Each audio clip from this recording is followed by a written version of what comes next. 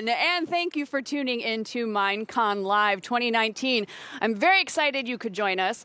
I'm Jessica Chobot, your pre- and post-show host, and we are hanging out backstage at Minecon Live. Now, this annual update on all things Minecraft is an absolute highlight for me, and I can promise you we are all in for an exciting event. I'm super stoked to be here. As you can hear, everybody else is super stoked to be here. I listen to Minecraft daily, the soundtrack. I have my own builds that I work on, and I create a ton of stuff with my son, who then promptly makes me destroy it, some of which you can see here. I'm very proud of this. This is my Wonder Woman invisible jet from the JLA comics and the cartoon, so I'm super, super stoked about that. I actually put her inside. But enough about me. The audience is arriving in the main theater as we speak, and the atmosphere is absolutely electric. Hopefully at some point we can go and have a look. But in the meantime, we've got a fabulous program ahead of us, so let me start by giving you a quick overview on how this day will unfold. So, this bit now with me is the pre-show, and then in 30 minutes' time, we will start the main show. We'll then return here to the backstage studio, and I'll be joined by some of the development team from Mojang who will be here to answer your questions. So make sure to stick around for the post-show. We have lots to look forward to. So without further ado, I'd like to introduce our panelists. Now, these guys have recorded their presentations, which we will make available to you after the main broadcast. So please welcome King Bee Dogs, Q Magnet, Ilmango, Skywalker, and IsCal85. Welcome to Minecon Live 2019, you guys. Yeah, Thanks for joining me here. All right, so can you guys give everyone a quick overview about what your panel is about?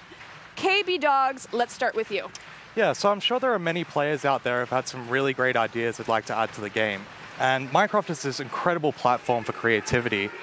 Through the power of modding, no matter who you are, anyone can add their ideal experience to Minecraft. But every experience starts with design, right? So it's kind of like the seed that grows. Basically, you think of an item that kind of helps you defeat that long-standing boss, or perhaps a potion that helps you last that little bit longer in your battles. Design helps us structure the experiences we play in Minecraft. But every experience starts with ideas, and you've got to kind of think of, like, how do I bring it all together? Through our panel, we hope to inspire players on not only how to structure these experiences through design, but also how to evolve it once you've actually released it into the wild. Got it. So would you say that your panel is a way of taking those ideas and learning how to utilize them in the game? Yeah, absolutely. So we want to kind of go through the process of how you actually design these experiences and then implement them into the game, basically. Very cool. All right, so moving on, Q Magnet, pitch me on your panel. So our panel is about something called Diversity 3. It's the third game in a series that I've been working on for a number of years, and it's all built inside Minecraft. So it's got, basically what Diversity is it's like 10 games inside one game that's all built inside Minecraft. It's like total gameception. So we've got a mystery space adventure. We've got a mob arena where you fight mobs. We've got a puzzle section where you can use your brain instead of your brawn if you want. We've even got a trivia section where if you get an answer wrong, you have to do a funny little mini game to get out of the punishment. So we had a lot of fun doing that. And the panel is sort of like our experience of building that. We start on a world that has nothing in it, just air. And we build this thing. And so there's different techniques that our team used to build it. And it's totally free. So you can download this game, this Diversity 3. You can install it on your own computer. You can play it solo, or you can upload a server and play with friends. It's really, really fun with friends. Oh, very cool. So kind of like a lot of, I guess, for lack of a better phrase, mini games, but all in one common main area. Yeah. It's really fun because you get a lot of choice to do. You might not like this one thing, but maybe you like this other thing. And just kind of caters to a lot of aspects of Minecraft gameplay. Very awesome. All right, so Ilmango, let's go with you. Pitch me on your panel. So I'm part of the Cycraft server, and what we're trying to do is to push the vanilla survival game to the limits. So the server is all about redstone and building farms, for example, and we work together on that as a team. The title of our panel is How Automation Can Enrich Your Game Experience, and there's basically two main points. The first one is with automation, you can get around a lot of the grindy, repetitive work, for example, for resource gathering. And the second one is actually, there's just a lot of fun. It's what the sandbox game is about, creating something larger out of the basic components we were given. And our panel will also show and talk about some of the highlight projects of our server that we did in the last 5 years. Examples include an enderpearl cannon that can shoot you over thousands of blocks in seconds. We got a mining machine and a flying machine that can remove bedrock. So, Would you say you focus mostly on mechs, if not exclusively? Yeah, mostly. We also try to decorate the area around it, but we're not really experts on that. We're mostly trying to make good farms. What's the most difficult mech that you've ever built? I would say the mining machine, we call it a quarry. About 80 hours to design that. Oh, dang. Yeah. That's a lot. Okay, Yeah. very well done. Did you want to elaborate? It looked like I cut you off. Did you? Oh yeah, so it's really complex. Everything has to be right. Giant machine, and yeah, this was the most complex thing I ever made. Very cool. All right, Skywalker, tell me about your panel. All right, so our panel is pretty much made up of all of the, I kind of call them the Marketplace All-Stars. So all of our panel is made up of Minecraft Marketplace partners, and so we create content for the Bedrock edition of Minecraft. So that's Switch, Xbox, Windows 10 edition, iPhone, Android, all of that. And so our panel pretty much breaks down almost like kind of like the crafting recipes that go into making a piece of content. So we break it down through entities, mechanics, textures, and then end up with builds. And we kind of show you how we create stuff and also some of the secrets that go like kind of behind the scenes, like workaround stuff that we do, and show people to kind of inspire them and show them how they can approach creating like workarounds and tricks. So kind of teaching everybody on how to be a creator.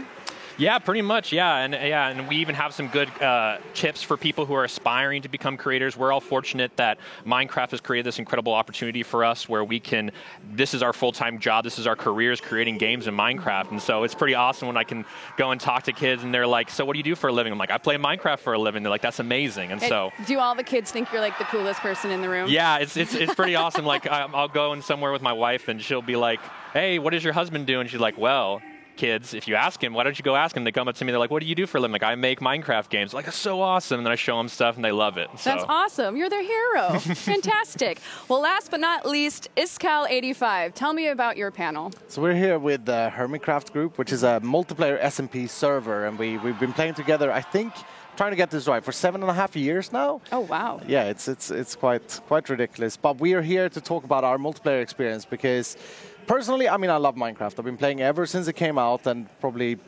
played too much Minecraft if that is a possibility. But to play together with your friends, to create things together with your friends and like take the game beyond what it maybe was meant to be from the beginning, that's just something else. And we're here to discuss like the things that we have done in the past and specifically this season where we played on the same world for 1.5 years now. So we had a lot of things to talk about, but multiplayer Minecraft is definitely, if people get the opportunity to play multiplayer Minecraft, they need to take it. Play with your friends. So I was going to say, do you think you focus more on, do you enjoy Minecraft because you enjoy Minecraft or because it's one more opportunity to hang out with your friends? That's a great point. I think it's both. It's both. Like, it's such a social thing, and I hope that people understand this, We play Minecraft, but we're also hanging out with our friends like that. Yeah. It's a very social thing. Well, and that seems to be the common denominator talking to everybody here is that it's really about the community and friendship, and then all the additional stuff about Minecraft is just icing on the cake. Yes, would you say?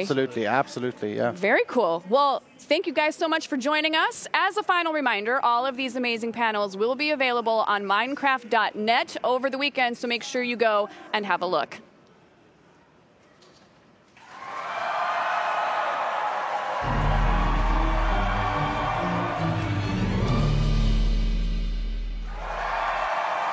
All right, so next I want to look back at last year's Biome Vote and just quickly review what you voted for and have a sneaky peek at what you're going to be voting on this year, so let's take a look.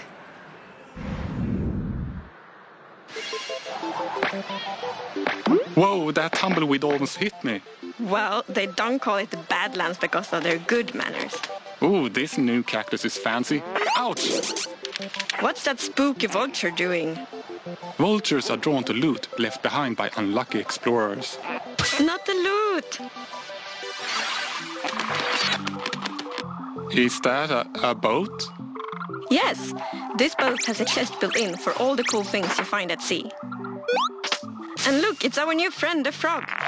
Ew! Actually, we're not that close. Here's a mangrove, a tree that thrives in the swamp. We should get out of here. That frog is looking at me funny.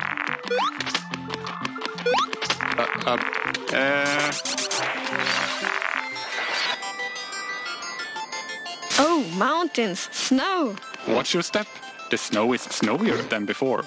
A goat. He reminds me of you a little bit. Mountains are getting an upgrade. Jagged cliffs, snow-capped peaks, dramatic views. The goat is getting away. Let's go.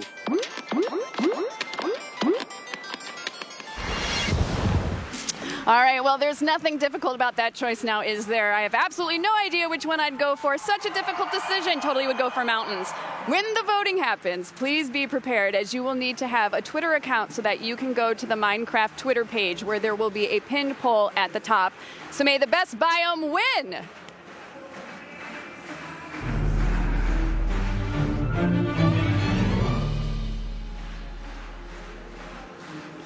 Now I'd like to welcome my next guests, Ben Kelly and Deirdre Kornstrom. Welcome, you guys. Thanks for joining me. So Ben, your work epitomizes what Minecraft is doing in education. You are a massive champion of teaching empathy, and you've been a Minecraft player and teacher since the very beginning. You recently accepted a STEM award for running a global sustainability shuffle project where classrooms around the world built SDG solutions in Minecraft. So can you tell us a little bit of what that means? Sure thing. For the last 2 years, students around the world, from kindergarten all the way to college, have been working in Minecraft to build solutions for the UN Sustainable Development Goals. There's a single world file with 17 villages, and each village represents a place for a goal. And they have been building and handing off to the next country and then the next country. So it's been going very well, and the teachers and students involved are awesome. They're awesome. Great. Well, so then what are some examples of what the UN has as its goals? One that comes to mind right away that's super relevant today is Ireland did a build for the Goal 15, which is life on land, and they did a bee sustainability goal. So they actually were thinking about bees 2 years ago. They did a really cool side project, though, about cows and cow farts. And yes, I said cow farts. And that was, if you feed cows seaweed mixed with their food, cow fart emissions or methane emissions go down. So there's some real serious learning here with kids in elementary school that's happening in this project. Is that true about feeding cows seaweed? And apparently, if you feed them seaweed, methane emissions drop by almost 99%. No way. Well, look at that. You learn something new at Minecon every year. I feel so much smarter now that I know about, sustainable cow farts. That's right. Thank you. Well, what has the response been from teachers and students involved in the program? There are incredible teachers using Minecraft all over the world, and the teachers involved in this sustainability shuffle are no different. They not only taught the kids about the UN goals, but they also inspired great solutions. Again, solutions from all over the world for these goals, and maybe one day the United Nations will get a chance to see these goals. Yeah, that's great. Well, it's been super cool hearing about students in countries all over the world tackle the SDGs in Minecraft, especially using your lesson plan. Yeah. And what an amazing way to get Minecraft in the classroom. Congrats. It should be fun once it's released very soon. Yeah, great. Deirdre leads the Minecraft education team and is a director of the Block by Block Foundation, which is a partnership between Mojang and UN Habitat. So, Deirdre, can you tell us about some of the things that you have done in Minecraft education this year? Yeah, it's been a really exciting year. I think Ben's project is a great example of connecting classrooms around the world around the theme of sustainability. And I think in the last year, the thing that's been really exciting is how educators are taking Minecraft Education Edition and really making it their own.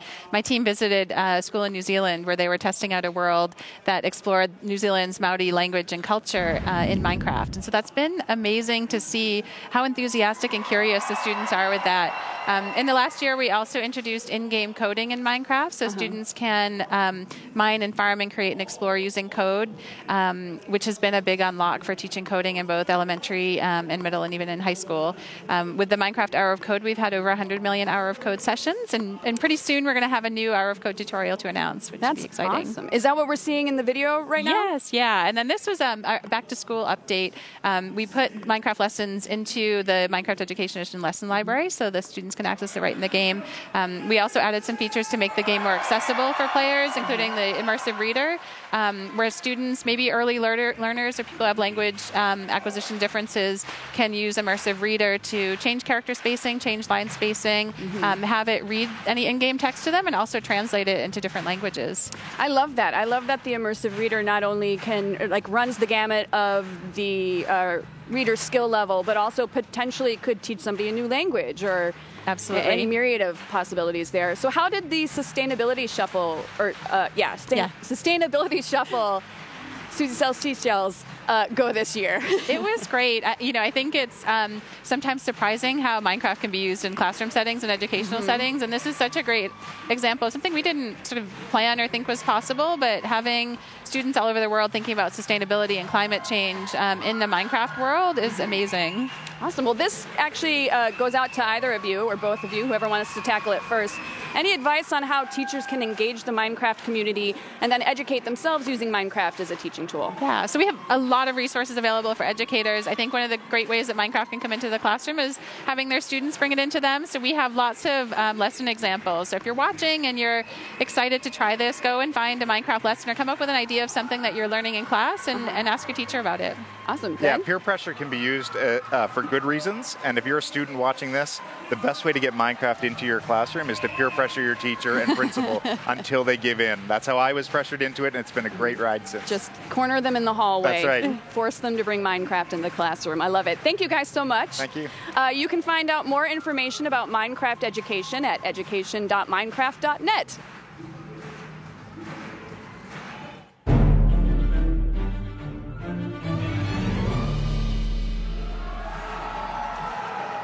So celebrating Minecraft's 10 years, Mojang has teamed up with the Museum of Pop Culture, Mopop, to create the first ever interactive Minecraft exhibit.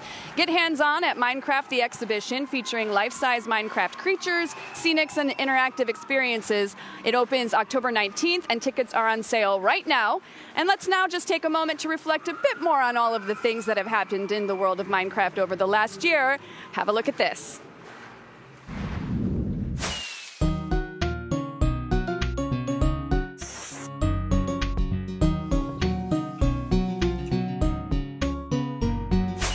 生まれたらね、また皆さんにお見せできたらなと思います。かわいい。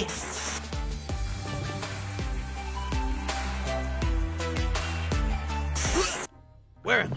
What year is it? Oh, hello, villagers. New villagers, but more on them soon. For now, the new villages. I'm loving this. Ooh. I saw a boss right there, it looked like. Ooh, I cannot wait. I want to see the actual fighting mechanics.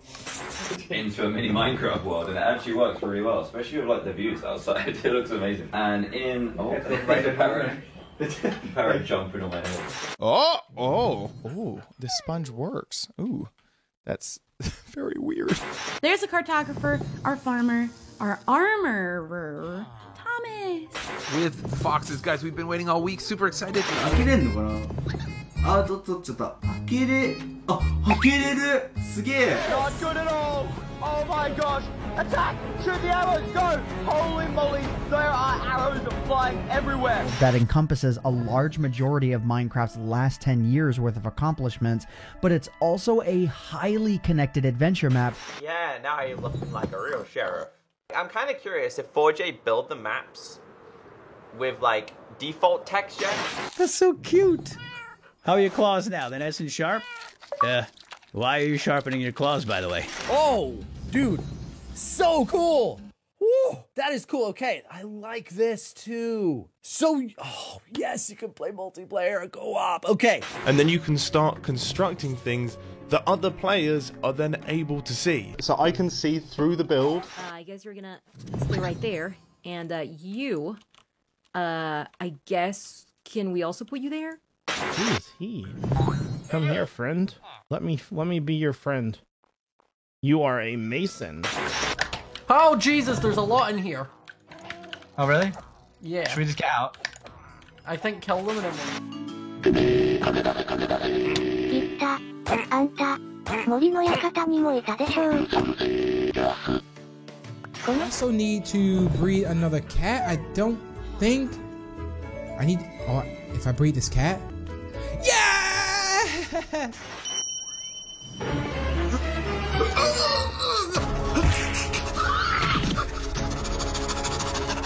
This is amazing, dude. So basically, we can play Minecraft anywhere we want now. Goodbye, hard work. Goodbye, funny. Guys, let's just light everything on fire. Goodbye. Goodbye, Bills. You abuse. I love that one. That sounds like how I usually play. Oh, let me build all this and then blow it up with tons of TNT blocks. What an amazing year it has been so many fabulous things to look back on and celebrate, and to tell us more about some of their main highlights, I'd now like to welcome Megan and Liam. Welcome to both of you. Thanks for joining me here. Thank you for having us. Oh, of course. Now, I know you guys are going to be part of the show. Do you know anything about it that you can tell us? Oh, you're just going to have to wait and see, but we have some good surprises in store. Oh, good. That's well, good. I can handle with that. I can sit with that. That's great. It's been, that being said, it's been an incredible year. Megan, what has been your favorite highlight over the past year? My favorite highlight? Well, I like building, so the scaffolding has been incredible, right? Oh, yeah. I love the scaffolding. It's so fun, and the popcorn effect, I don't know, it's like ASMR. I got that. Every time you, cut it down, Put it down and it all just slowly falls down. It's like, Except when I do it underneath me and then I fall to my death. That's the worst. Oh. I do that often. It's just, when do I learn? I don't think it happens.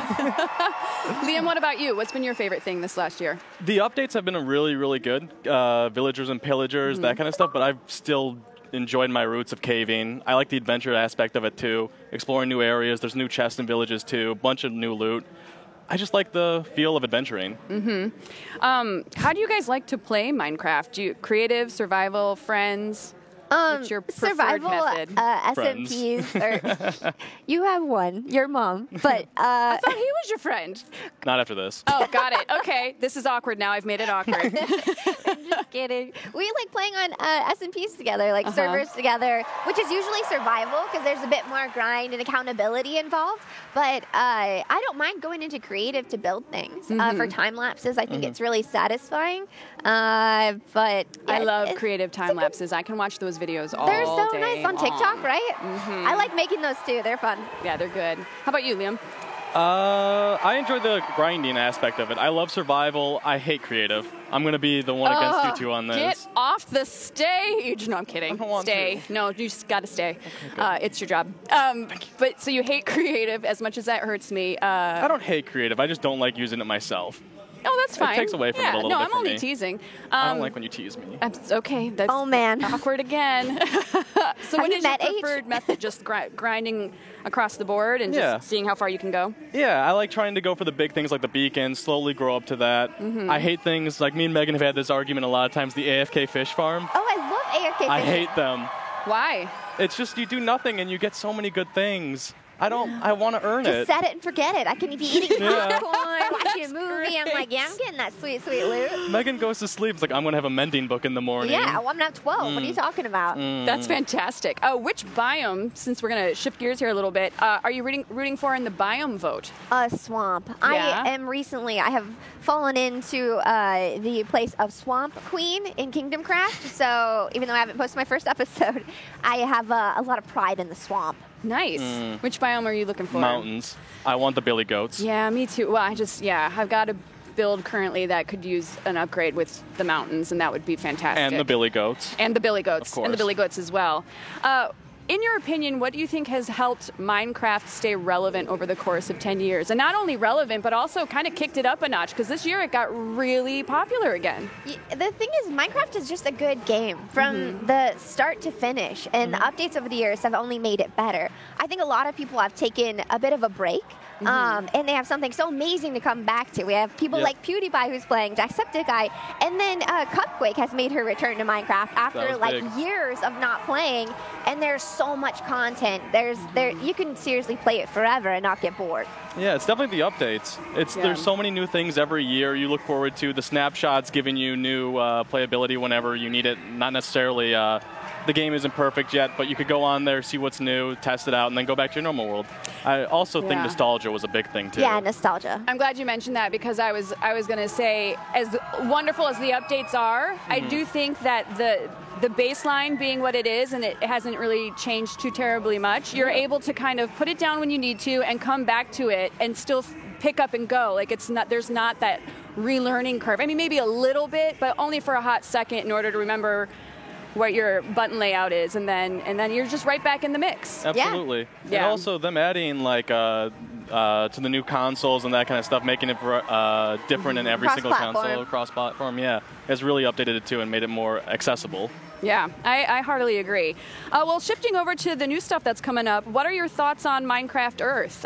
You've actually been playing it. Yeah, I tell me played it about at E3 and then recently at the offices. And it's just, I'm a big Pokemon Go fan. I love when worlds collide, and AR is just so fantastic. I love going outside and being able to be surrounded by Minecraft, going mining, maybe doing some raiding with some friends. There's just so much fun stuff. I don't want to tell you too much because I think a little bit of it should be like a surprise. Oh, totally. Yeah, I'm looking forward to that. Really quick, I got 30 seconds. Give me an answer. Minecraft Earth. I'm Dungeons. excited for it. Haven't tried it. Dungeons, I'm very, very excited for it. Dungeons is the game that I'm looking forward to the most. I want it to be so good. It looks beautiful. I want it. It is good. Fantastic. Well, judging by the noise that we were hearing earlier, things are really starting to warm up behind me. Shall we go and take a peek at the main stage? Yeah, what's up, guys? All right.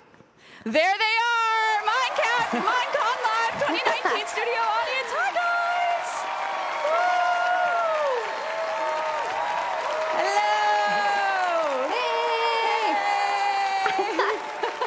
Save me a seat. I'll be out there in a sec. Yeah, lots of energy in there. Everyone looks super psyched up for the show.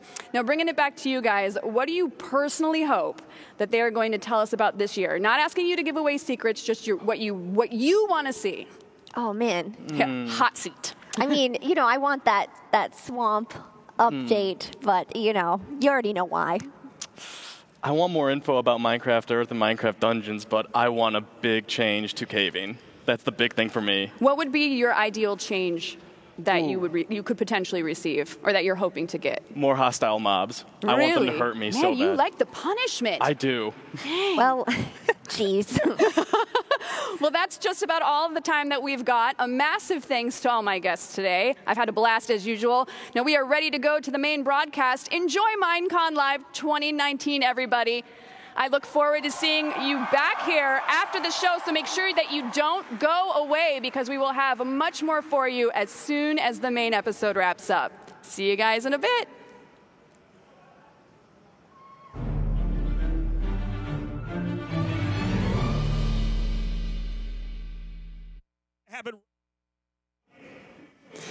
All right, so now that we've got some downtime, what are you really hoping to see in the cave update? Hostile mobs. That's 100%. it? Just hostile mobs? Well, more than that, but I mainly want it to be the hostile mobs. Like, I want it to be more dangerous. I want to not just be able to get the diamond armor early on and then just survive. I want there to be something that, this is kind of a hope, that they steal armor, and you have to, like, chase them down and have to take it back from them. That'd be kind of cool. Right? Stealing items. Yeah. Oh, I mean, okay, yeah, that'd be kind of a cool ad. It just sounds so difficult already. I know. It's like, what about like, I guess, different types of, I mean, I know we have the swamp biome update, but what other kind of updates would you want to have happen in any random biome? Oh, in any random biome. We've talked about this. We want more flying creatures, more flying creatures, yeah. It's more about the world we were talking, in general. When we were doing the rehearsals, you mentioned dragons. Yeah, so you want to see, I mean, which I'm not against, but well, you want to see more. Fly on something. Yeah. Like, if the that. vultures, like, that would be cool to fly on them, right? Tame them somehow. Yeah. But also to be attacked by something from the sky, because sometimes you're a little too safe. Yeah. And it'd be kind of scary. Phantoms pose a great threat at night, but to have something during the daytime that would really force you to take cover or get better at PvP, which I could use that, would be awesome. So what's one of the coolest things that you guys would say that you've ever encountered in the game? And it can be anything. It could be something that you built. It could be a particular mob moment that you had. Like, what was something the first that really time stuck the out? turtle egg hatched? That was just, like, such a great moment. Did you have your moment of, like, making the turtle Weren't shell, you with too? me? We were together. Yeah, we were together. Oh my God, that's so weird. Yeah, no, I block you out of my memory. I'm sorry. It's okay. It's same. So what would you say over the course of the last 10 years is your favorite thing? I mean, what really stuck out to you that, I mean, because that's a very long time. Some of the people even watching the show might not have been even born yet. So what would be the one thing that popped out to you the most that, oh, wow, this is a really iconic moment for this title? I think it's being able to play with friends. I don't know if it's an iconic moment could fit that, but it's the friendships that you make just from playing Minecraft together has been one of my favorite things. There's people I've met from all over the world that I never would have maybe had a conversation with, but because we're on the same Minecraft server, now we're friends. So building those friendships and staying in touch with people who have moved away has been like the most amazing part of Minecraft for me personally. For sure. Liam, really quick, because I'm getting in my IFB that they're ready for the show. What would you say is your... Other than that, I would say Redstone. Redstone has added a whole new thing to me. The first day I was able to use pistons was like game-changing for me. It was awesome. It was like I got to make this door that I just press a button and I could walk through and it just opens up. It was beautiful. Awesome. I know, right? All right, very good. Folks, thanks for joining us in our top secret talk. And get ready for Minecon 2019.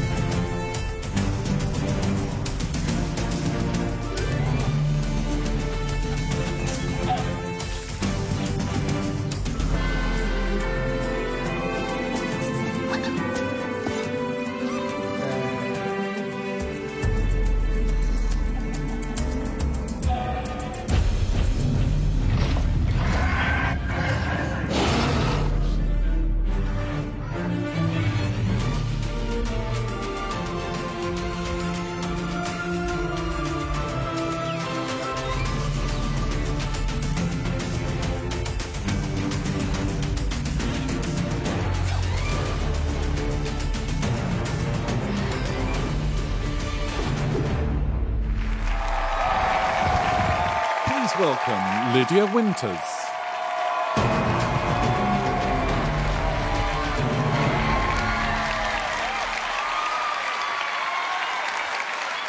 Hello and welcome to Minecon Live 2019.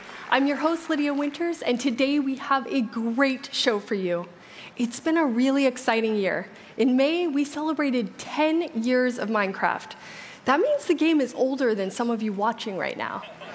This game has changed the lives of so many people watching, and I can definitely say that it has completely changed mine. Today we'll look back at where we've been, where we are now, and we'll look into the future of all things Minecraft. It's our biggest show yet. There's something for everyone. Helping me out this year, we have 4 amazing co-hosts who are backstage getting ready right now. See you all soon.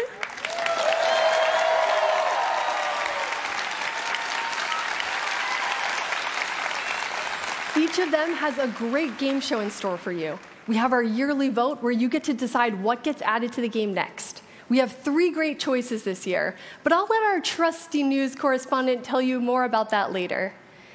This past year, we announced not 1, but 2 new Minecraft games, Minecraft Dungeons and Minecraft Earth. And today, on stage, you're going to see live gameplay. It's going to be amazing. Between our 2 new games, our 10-year anniversary, and all of our new updates, 2019 has been a huge year for Minecraft. We actually have too much news to wait until the end of the show. So this year, we're going to start right now with the first of 4 Minecraft update segments. Let's get started with something people have been buzzing about.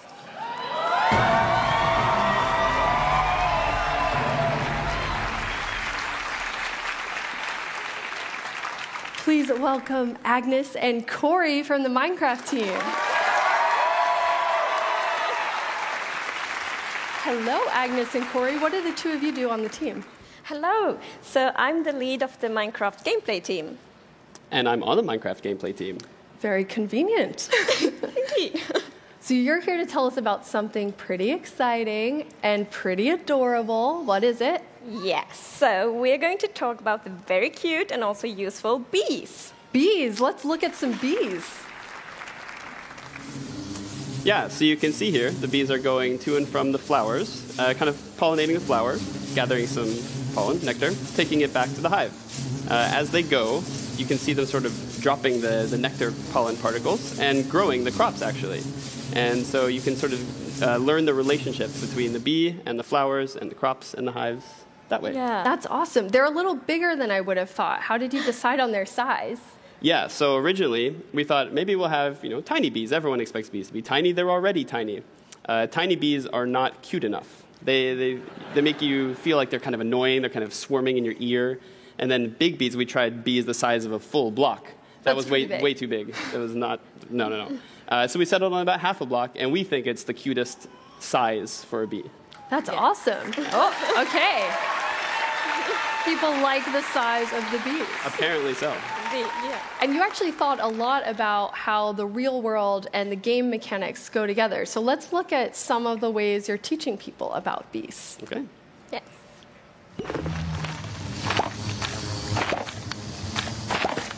So you can see here, the campfire is being placed underneath the nests in order to gather the honey and honeycomb safely.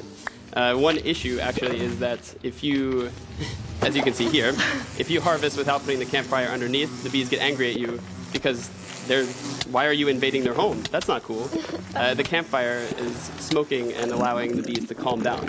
I think it really nicely to detail is when they stung you, they actually lose their stinger and eventually die, which of course is very sad, but that's also how it works in real life, actually. So. Okay, and you're really excited because people can learn more about bees through Minecraft, and that's something pretty important to the two of you.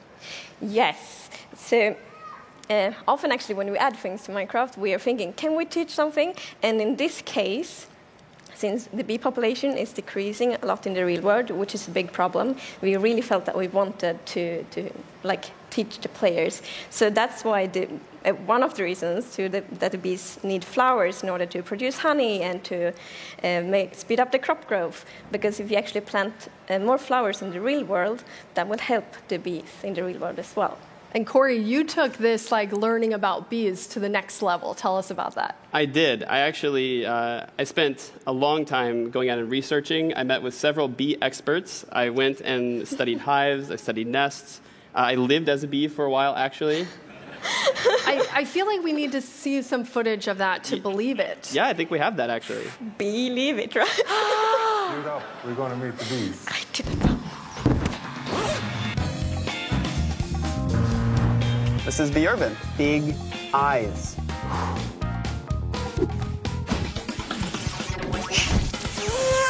Okay, Corey, it's a wrap for today. All right, Leif, it was good to be here.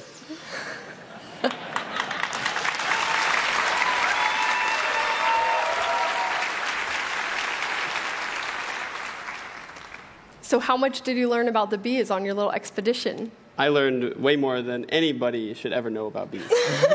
Except maybe the bee expert? Except maybe the bee experts. But there are so many fascinating bee facts out there that I learned. And I mean, both Leif and Josefina, the people I met, were incredibly amazing, wonderful people, taught me everything. And so I actually used a lot of that knowledge to work on bees in Minecraft. That's really cool. And that's going to become a YouTube video that's a bit of a documentary about the process of bees. So you'll be able to watch that in a few weeks. I think next week. Next week? Yeah. Oh, perfect. Yeah.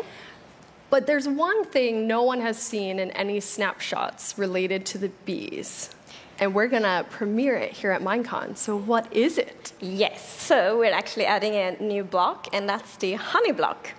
Let's see the honey block. Mm-hmm. So it's very sticky, and as you can see, you can't really jump when you are on the honey block. And it's also sticky on the sides, so you fall down very slowly. Also, you can't really run on it. It keeps you going pretty slowly, so you can't go very fast. You can't really outrun anything.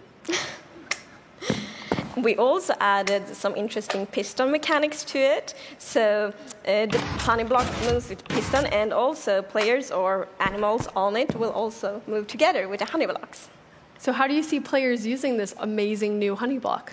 Yeah, I think it would be super cool if players use these moving honey blocks to create some kind of platform game map, and the players have to jump and they move around, and I think that could be really fun. Yeah, and I'm really looking forward to parkour maps. I really want to see players utilize the sliding mechanics up and down, but also the inability once you jump down, you can't jump back up. So normally if there's a 1 block difference, you can just go back and forth, but with the honey block, you'd be stuck. That's amazing.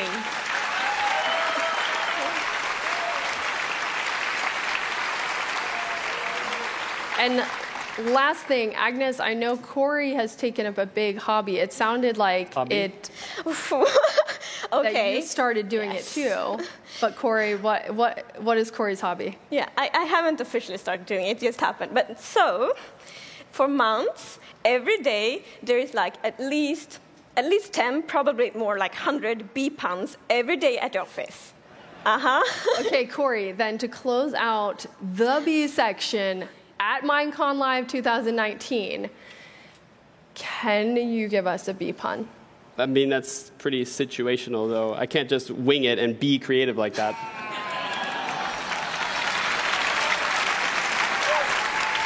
There we have it. I'm sure a lot of players will be beelining to see that updated flight. Thank you so much, Agnes and Corey. Thank you.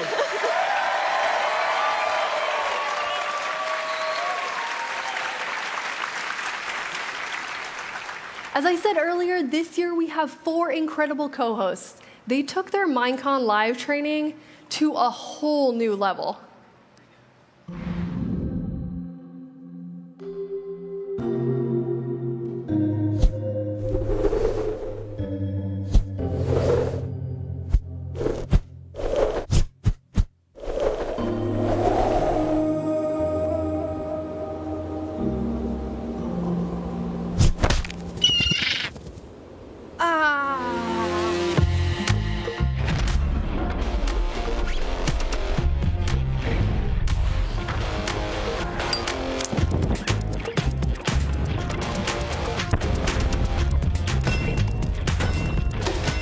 What are you doing here?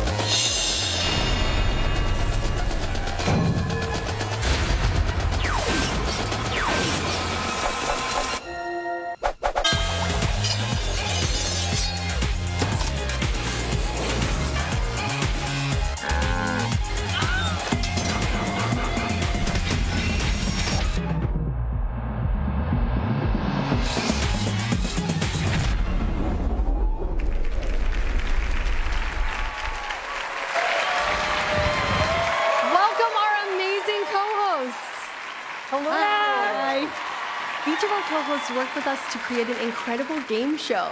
For the first time ever, we're going to have a Minecraft triathlon. Shelby, what is a Minecraft triathlon? Basically, it's a relay with all the games. Minecraft, Minecraft Earth, and Minecraft Dungeons. Scott, Maslow, and Marielle will be competing against our team Mojang. Who do you think will win? That's for sure. Obviously. We'll see. I'm a little biased, so maybe Mojang? I know that one of the games has been making the co-hosts a bit nervous. I think that's your game, Marielle. Yeah, that would be me. I'm guilty. But they shouldn't be too scared. There may be some crazy things coming along their way, but they should be fine.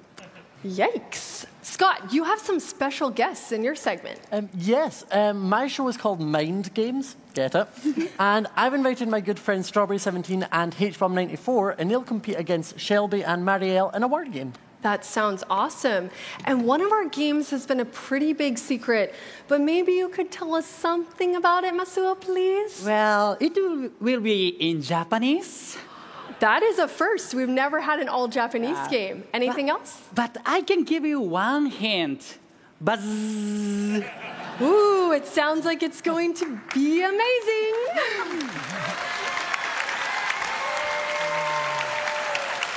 Okay, you all have to go get ready, and we will see you very soon. Thank you, co-hosts. Bye.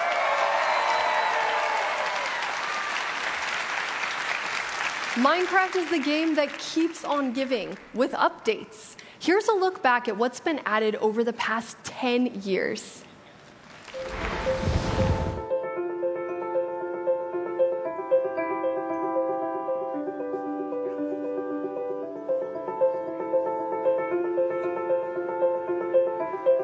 So excited to have you guys here. Thanks for coming from across the country to celebrate Minecraft with us.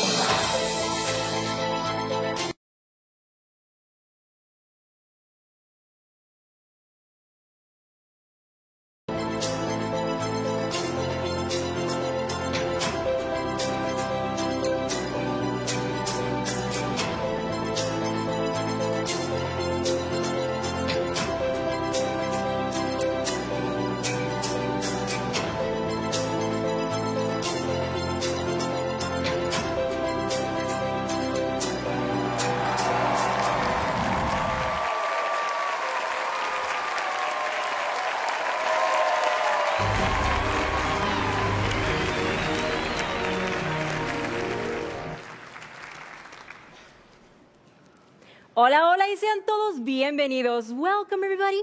Let's go ahead and have some fun. We're going to be starting with our first game of the day, which we like to call Digging for Diamonds. And here are our contestants, Shelby. Hello. Scott. Hello. And Masuo. Hi. Now let me go ahead and explain what our contestants are going to have to do. The aim of the game is to collect as many diamonds as they can from each of the blocks that are going to be in front of them. Now each block has multiple diamonds inside, but I also added a couple of surprises in there for them. Now they can be good or they can be bad, but that's for them to find out. Now as you can see, the blocks are also divided into 3 different Minecraft biomes. We're going to assign one biome to each person and to decide who gets which, but also to be fair, they're going to choose from one of these. So, are you ready to pick your biome? All right. Good luck. Ooh. Okay. Like it? Yes. Got a good selection? All right, we'll head on over to your stations. All right. Oh. We have Shelby coming up first with the plains biome. How are you feeling? A little nervous. I'm getting the feeling these aren't very plain. Yeah, that's what I was going to say. Just because it sounds easy because of the plain biome, it doesn't mean that it's going to be easy. So, yeah, keep that in mind, but you're going to be fantastic. You're going to do great. Thank you. Now, you're going to have 15 seconds per block to get as many diamonds as you can using one hand only. Make sure they land inside of this, because if they don't land, they're not going to count. Got it. Need them to count, all right? Okay, let's go ahead and review your first block. Are you ready? I'm ready. All right. Yeah, I know. I feel great now. All right, your 15 seconds begin now. Go, go, go, go, go. All right, what do you feel? What do you feel? Oh, I know. There you go. Oh, wonderful. That's one, I think. Is that honey? There's a lot of chunks. A lot of chunks, yeah. That's 2. Thanks for this, by the way. Oh, and that one was time. in. Moving on to the second one. No time to clean. I'm just so sorry. Let's go ahead and reveal your second block. Okay, I'm not scared anymore. Your time begins now. Dive right into it. Just dive right in. Oh, I don't like What that. is it? It's sticking to the honey. It's very stringy. You found George. That's George. Yeah, that's George. We don't name these. Yeah, there's we also squash Thomas them. And Mary. Ooh. Okay, They don't want to let go. All right, you're doing fantastic. You got 5 so far? Oh, that's time. I'll let those That's guys a stay in there. Sticky situation. All right, your last block, your last chance. You Last ready? one. Let's go ahead and reveal what's inside. And your time begins now. Go, go, go, go, go. Oh my God. It's your birthday today, right? Happy birthday! Oh, there's some cake. I knew chocolate was your favorite when Who I asked baked around. this? I did. It smells lovely. George helped me, so. George. Yeah. Please tell me there's no more Georges in here. I mean, maybe he left a couple of his friends inside, and that's time. You did fantastic. Thank you so much, Shelby. Thank you. All right, we're gonna head on over to the snowy tundra with my friend Scott. How you doing? I was feeling quite chill, but Yeah. I don't know anymore. Yeah, well, don't worry. We got some cool surprises in store for you. All right. Well, you know the drill. 15 seconds per block, one hand only. Make sure that all the diamonds landing here. Okay. You ready? As I'm gonna be. Okay, I'm gonna take that as a yes. So we're gonna go ahead and reveal your first block. You ready? Okay. Ooh. Yeah, I know, right? I don't. You ready? As I'm gonna be. 15 seconds. Now. Go, go, go, go, go. Oh, Jesus.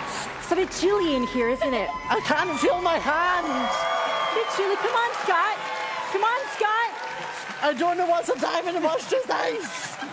You come on. You have to at least get one. I'm not going. Scott.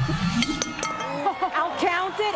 We'll count it. We'll count it. That was a close second. I can't feel my hand. Well, maybe you'll have better luck with the next one. Okay. All right, let's go ahead and reveal your second block. Oh, yeah, I know. 15 seconds, dive right in. You only got one diamond. Oh, no. Why is everything so cold? I mean, it is the snowy tundra. You knew what you were diving into. I'm not looking at it. Okay, yeah, just dive into it. You're doing great. I think that's 3. See, everybody's rooting for you. Come on. Oh, that's time. Last chance. You're not doing so great, Scott. I can't feel my arms, so I'm doing as best as I can. This one should be a lot easier, okay? Okay. Promise. Let's go ahead and reveal what's inside. They don't think it's easier. It is, I promise. You're fine. Okay. All right, 15 seconds. Go, go, go, go, go. See? It's so much easier. Is it? Look, it's just so snowy. I can't nice. feel anything. Just in time for the holidays, Scott. Oh, that's time. You look fantastic. Like a chicken. All right, we're gonna move on over to the swamps with our final contestant, Masu. How are you? I'm scared. You're scared? Yeah, but I'm excited. Yeah. I can just say, I can do it. Yes, you Yeah, can. I That's can do the it. attitude. Yeah. That is the attitude. All right, you know the drill. 15 seconds, each block, one hand only. Make sure the diamonds land inside, all right? All right. Okay, here we go. Let's go ahead and reveal your first block. Whoa, what's in the box? And go right in. Whoa! What do you What? You got one already. You're doing fantastic. Oh, yeah.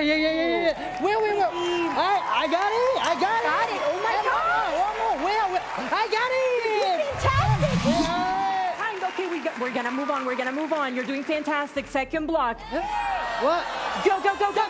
Whoa, What is it? What do you feel? Cold. Very cold? Oh, Yeah. it's chocolate. That looks like chocolate or Smells good. Oh, I cannot find it. I did it. Oh, you're doing so good. Yes. You're doing so good. Oh, my God. gosh. All right, okay. Yes. You're doing fantastic. Last block. Thank you. You need to seal it, all right? Yeah. Ready? We're going to go ahead and reveal. What? What's in the box? And your time begins now. Go. Oh, This one doesn't count, Masu. Oh. Whoa. Nope. Doesn't count. All right, come on. You got this. One. Oh, and that's time. you. You did fantastic. Thank you very much. Follow me. Come right over here. Let's all come together. Yeah, make sure you grab your towel. Okay. You're going to need that. You can keep it. You can keep it. You're going to need it. All right, well, let's all come together. I just have to say, I'm very proud of you. You were all super brave, just diving into the blocks without knowing what was inside. So I just want to say that I'm really proud of you.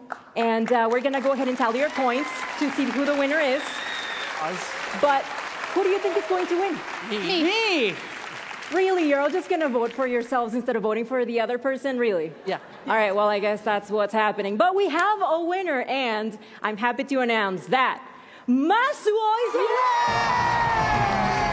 Big round of applause for Masuo and Shelby and Scott. Thank you so much for participating. This has been Digging for Diamonds.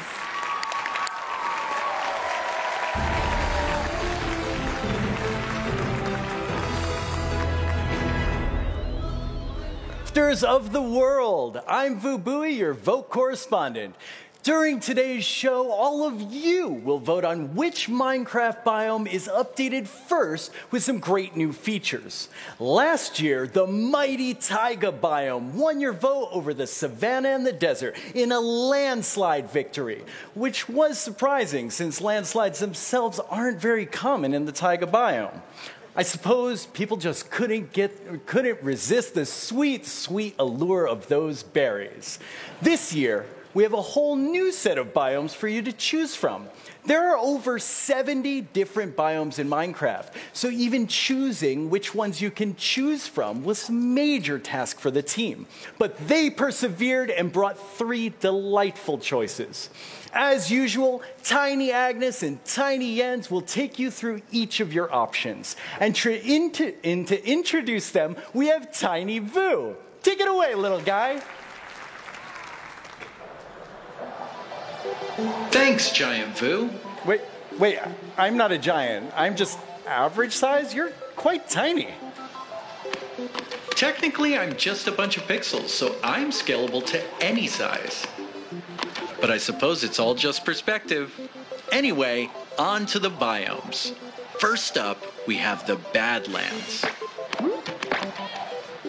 Whoa, that tumbleweed almost hit me. Well, they don't call it the Badlands because of their good manners. Ooh, this new cactus is fancy. Ouch! What's that spooky vulture doing? Vultures are drawn to loot left behind by unlucky explorers. Not the loot! Is that a boat? Yes, this boat has a chest built in for all the cool things you find at sea. And look, it's our new friend, the frog. Ew! Actually, we're not that close. Here's a mangrove, a tree that thrives in the swamp. We should get out of here. That frog is looking at me funny.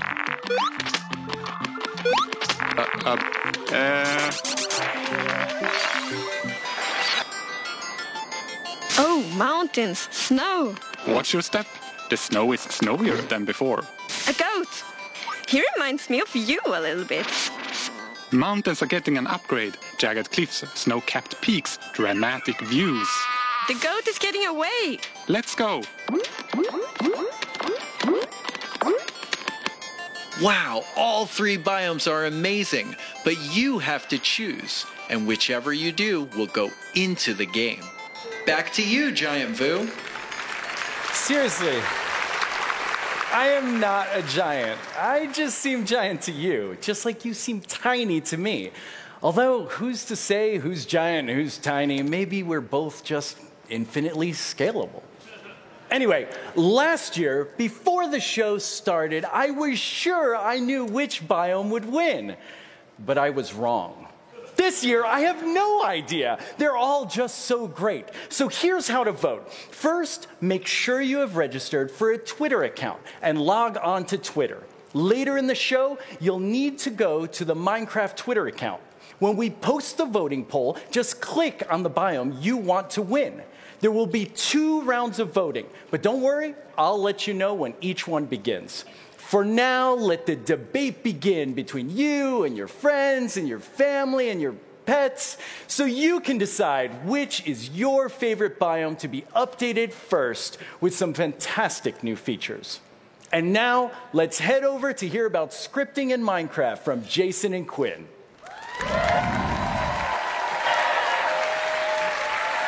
Welcome, Jason and Quinn. The two of you are going to tell us about our amazing new creator tools. So what do each of you do on the Minecraft team? Yeah, thanks, Lydia. So I run the Minecraft Marketplace Partner Program. Awesome. And Jason, what about you? I am a developer on the Bedrock Platform team. Awesome. Before we get into scripting, Quinn, what is Marketplace? Can you give us a refresher? Yeah, totally. So the Marketplace is a great place where you can go and buy and there's also free content too. Skins, textures, worlds, mashups, all made by some of our amazing community creators across all of our Bedrock platforms.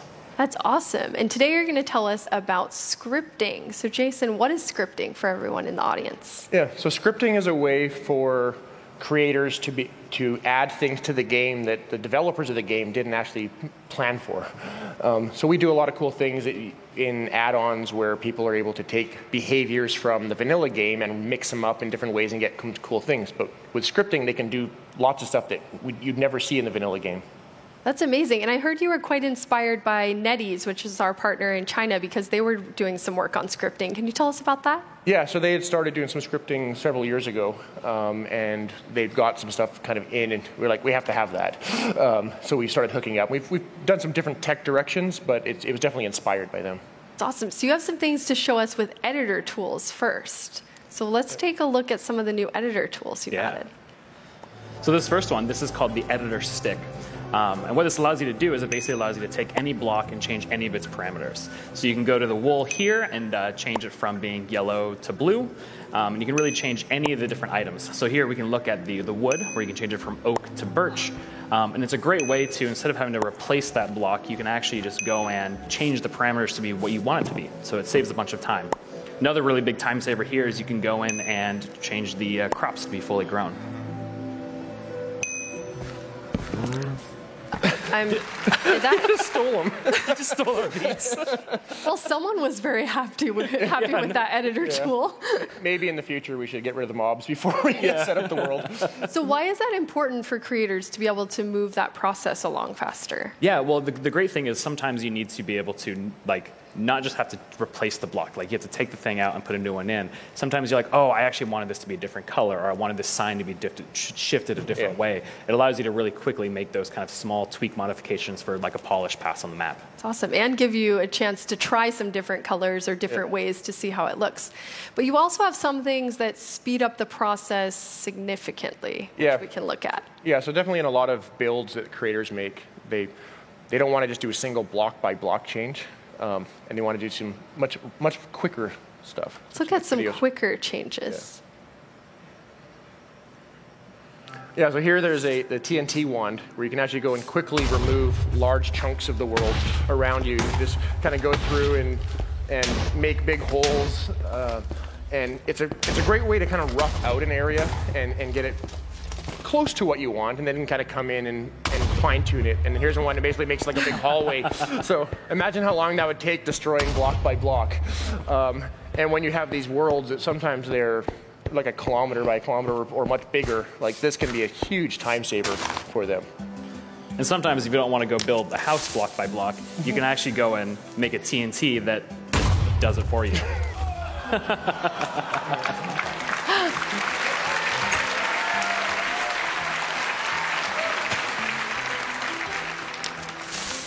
And here, this one's great too because it's Minecraft. This is a way to go and build your house in a very Minecrafty way. Instead of just replacing a thing where you place a block down and it automatically builds a house, it's a TNT block that explodes and makes it there for you.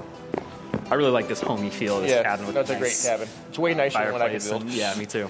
It allows you, if you're scripting, then suddenly you could use those houses and put them everywhere for a build quite significantly quicker. You can make a whole town pop up just by placing a bunch of TNT and lightening it with the redstone or something. It's a really fun way. Those editor tools are awesome.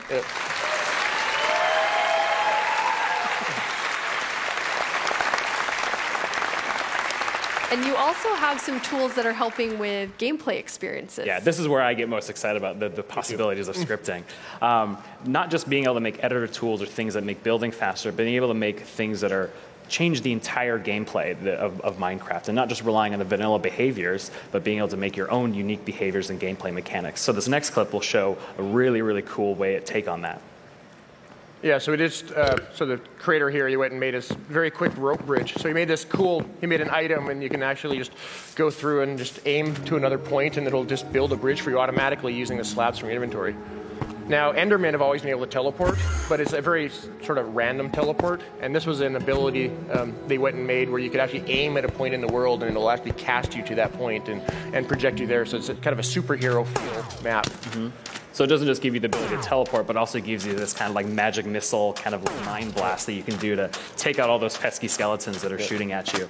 And there's just, it adds this way that you can change the entire way that you can explore the world. So you can build a city and try and go save all the denizens of this city. And there's another feature of this one too, where there's this big shield that you can put up that blocks all the different arrows. Very cool. So there's the shield that kind of protects you for, what, 30 seconds or something? 30 seconds, yeah. So creators can use this to create all new and interesting game experiences for players. Yeah. The possibilities are really endless. And you have one other cool thing to show us with scripting. What is that, Jason? Yeah, so we've been working on, Minecraft has had the ability to change skins for a long time. You can change the texture on your model. And as we'd kind of working on that, we were data driving a lot of parts of the game so creators could change things. And we made it so that creators could change more than just the texture of the player models. We wanted them to be able to change the actual 3D models, change the animations, add special effects to them, et cetera, and stuff like that. So we have a video to kind of show off some of the stuff I personally built in this case. So I've been I'm a big fan of penguins. I think penguins are one of the coolest animals. He's been wanting to add these to Minecraft forever, by the way. Not yet. So I quickly knocked out a penguin. They're not coming to Minecraft, but I knocked this out, and you can see he's got kind of custom animations. His arms kind of flap out, and he moves very different than Steve. And then I replaced the sprint animation with a fun little belly slide. And this was actually kind of a happy accident I wasn't actually planning for, but the sprint particles are kicking up, and it kind of helps sell the slide animation. So it's always fun when those happen as a developer. So what kind of game are you hoping creators make with the data-driven player change? Yeah, so while I was working on this, I kind of had this vision of like, I want someone to go make a velociraptor where it goes around and eats something. It could be other players, it could be animals or something, and it's something. So please, community, build me a velociraptor game. Velociraptor. I don't have the art skills to make the velociraptor.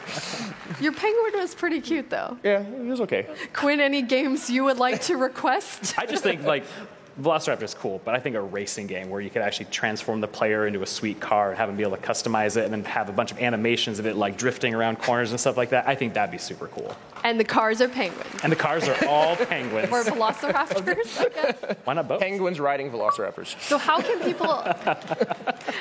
people experiment with scripting? So it's actually available right now. So you can go download the Bedrock Edition and start messing around with scripting. There's a bunch of tutorials on the wiki and across the web that you can basically look at and try and mess around with it yourself. That is amazing. Thank you so much, Quinn and Jason.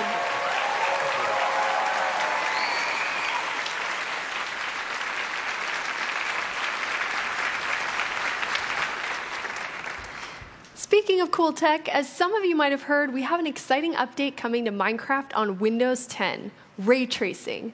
As part of our partnership with NVIDIA, ray tracing will be coming soon and available for Minecraft on Windows 10 for DirectX capable GPUs. There's a lot to say there. Let's check it out.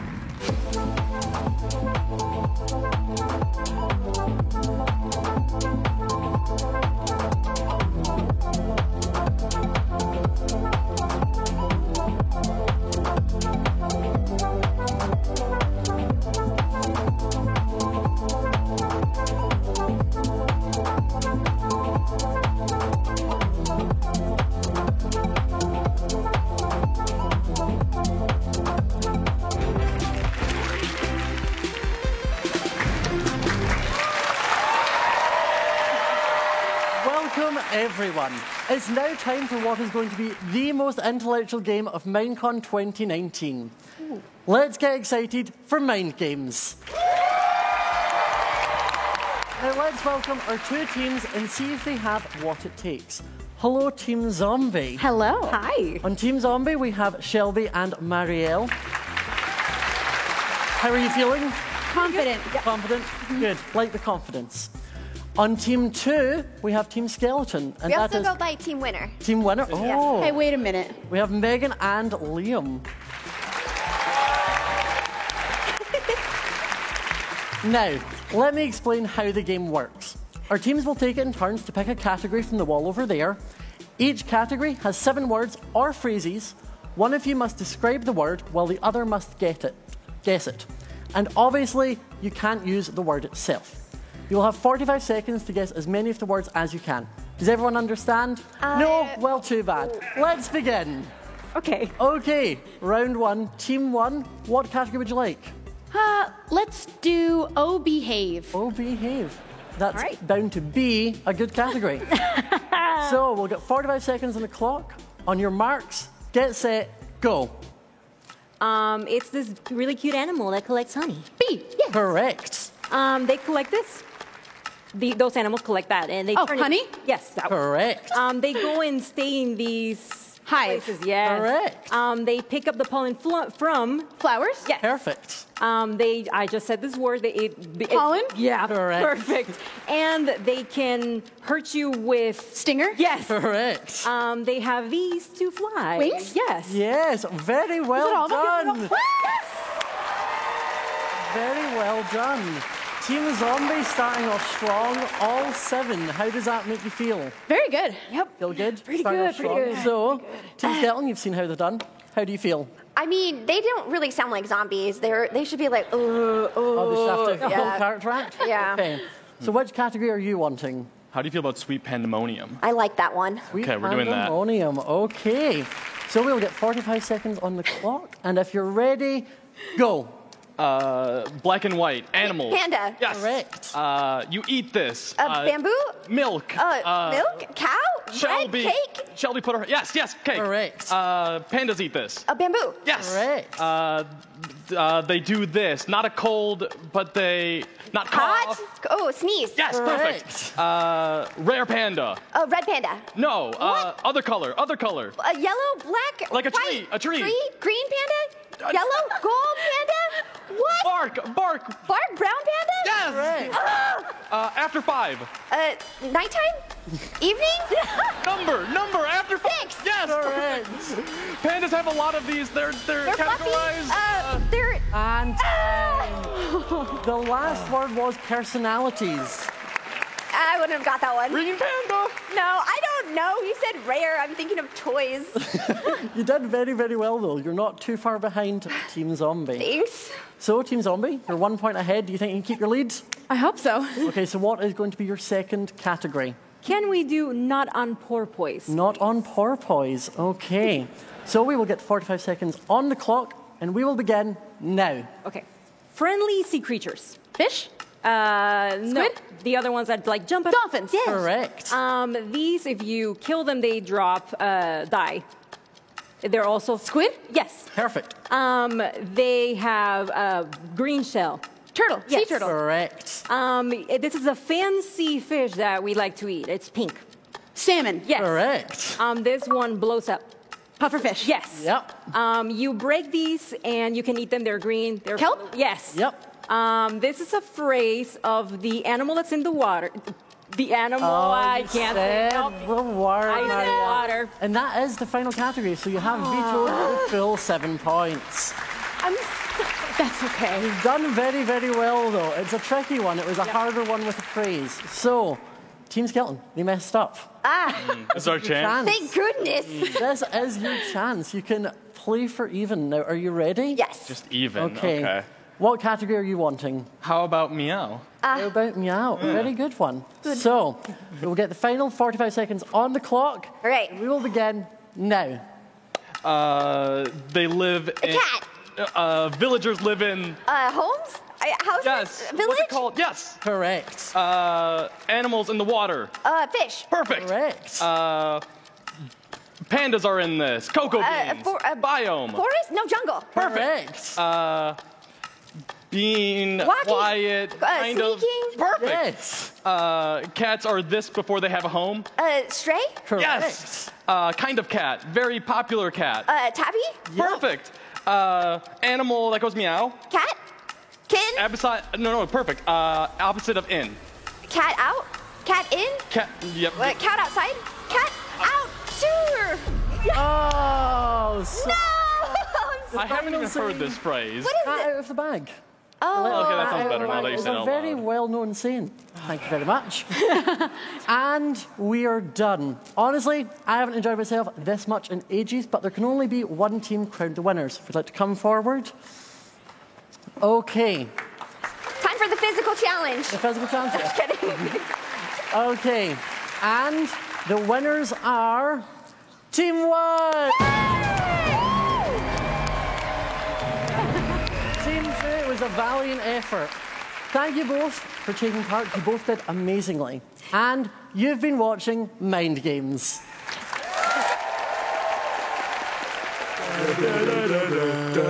Villager news. Breaking news! An update has swept the realm, changing villager life forever.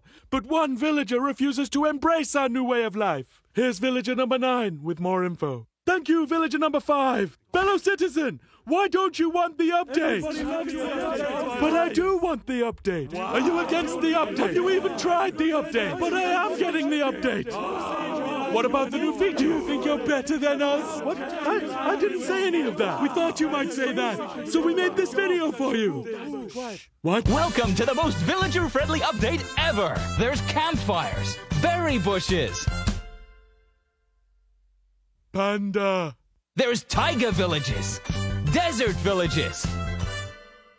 Panda. Tundra villages, savanna villages. Fox.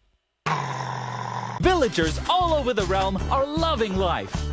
Thanks to the update, I got a job as an armorer. Look at all this stuff. The update gave me a whole bunch of new trade. And look, we have levels now. Bet, fight a bet. Gotta fight a bet. Ah! Yes, we all have new jobs now. I'm a farmer. Hey, get off my crop. Shoo, get away. Oh, nitwits. Any bad thing? No. The update is the greatest thing to happen to villager kind. Look, see how much better your life could be. Get the Village and Pillage update today. The village and what? Doesn't it look great? Did that say pillage? So, will you be updating now? Well, there you have it. Another citizen satisfied with the update. Thank you, villager number 9. The Village and Pillage update is out now. Have you updated yet? Yes. No, not you. Them. Villager news.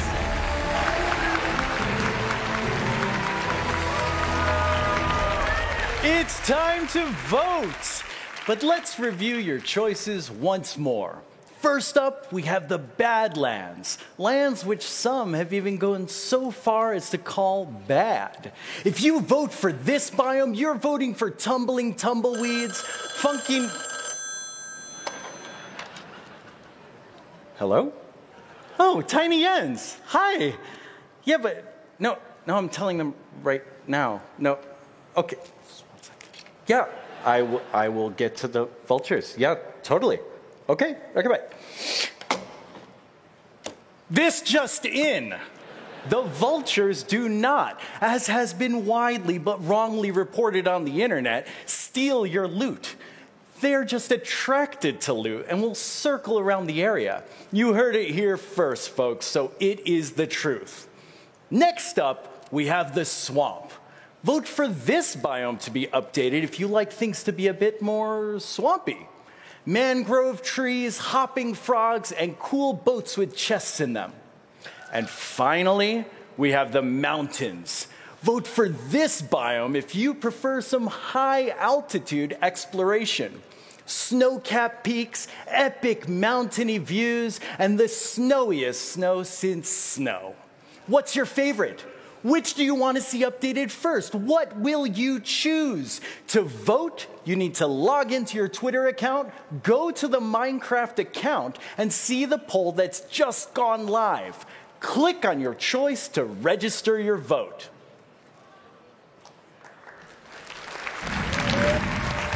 Sometimes life requires thinking outside the blocks.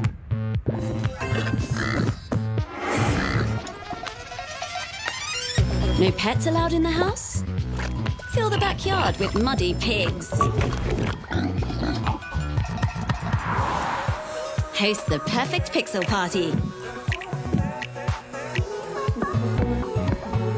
Handcraft some compact cuteness. Or build something a bit more heavy metal. Minecraft Earth is at your fingertips. And above your head. And right behind you. Just watch out for surprise chicken showers. Sometimes things don't quite go as planned. Luckily, Minecraft Earth lets you tell your own stories. You can even upscale an epic fish fail. So grab your friends and explore an unbelievable world. Our own. Discover new dimensions to your creativity with Minecraft Earth.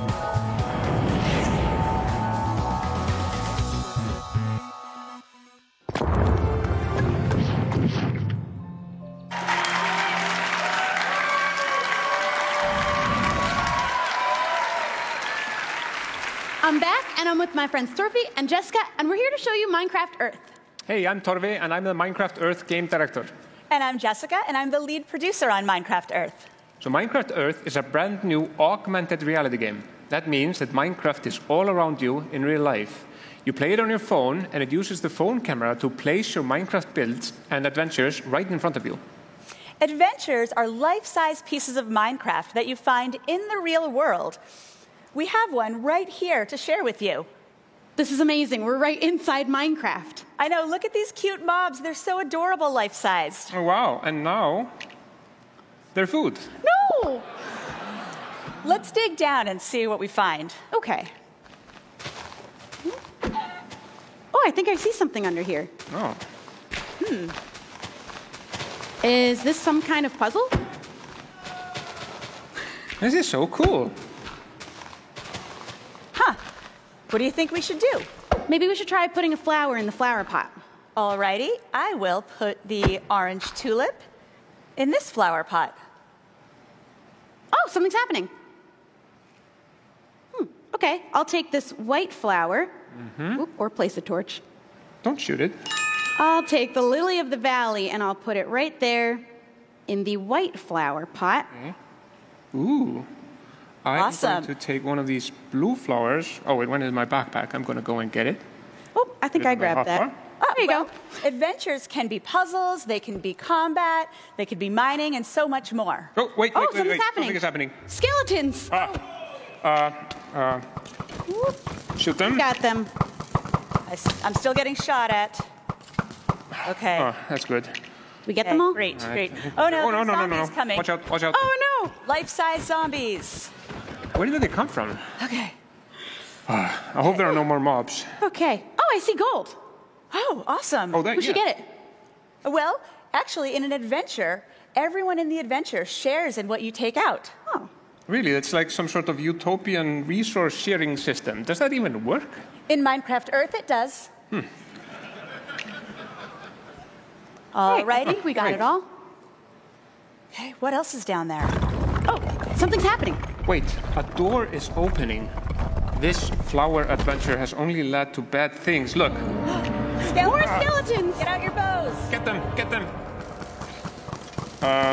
Jessica, you have someone on you? Oh, man. Oh, man. Oh. Okay. Good. Okay. Oh! That's a cool-looking chest. Yeah, let's break it open. All right, let me get my axe. What came out of it? There. I don't know. It fell on the floor. I'm gonna get it. What is it? Aha! It's a Moo Bloom. Oh, it's so cute. I want one. Oh, the Moo Bloom usually plants flowers when it walks on dirt and grass, but this one is going over there. Bye, Moo Bloom. This is amazing. How do I get this game? Well, Minecraft Earth is coming out in October. Yeah.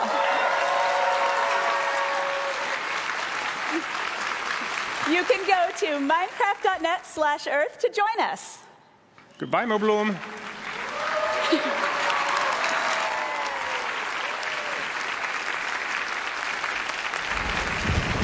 Please welcome Alina and Frederick, who are here to announce something awesome.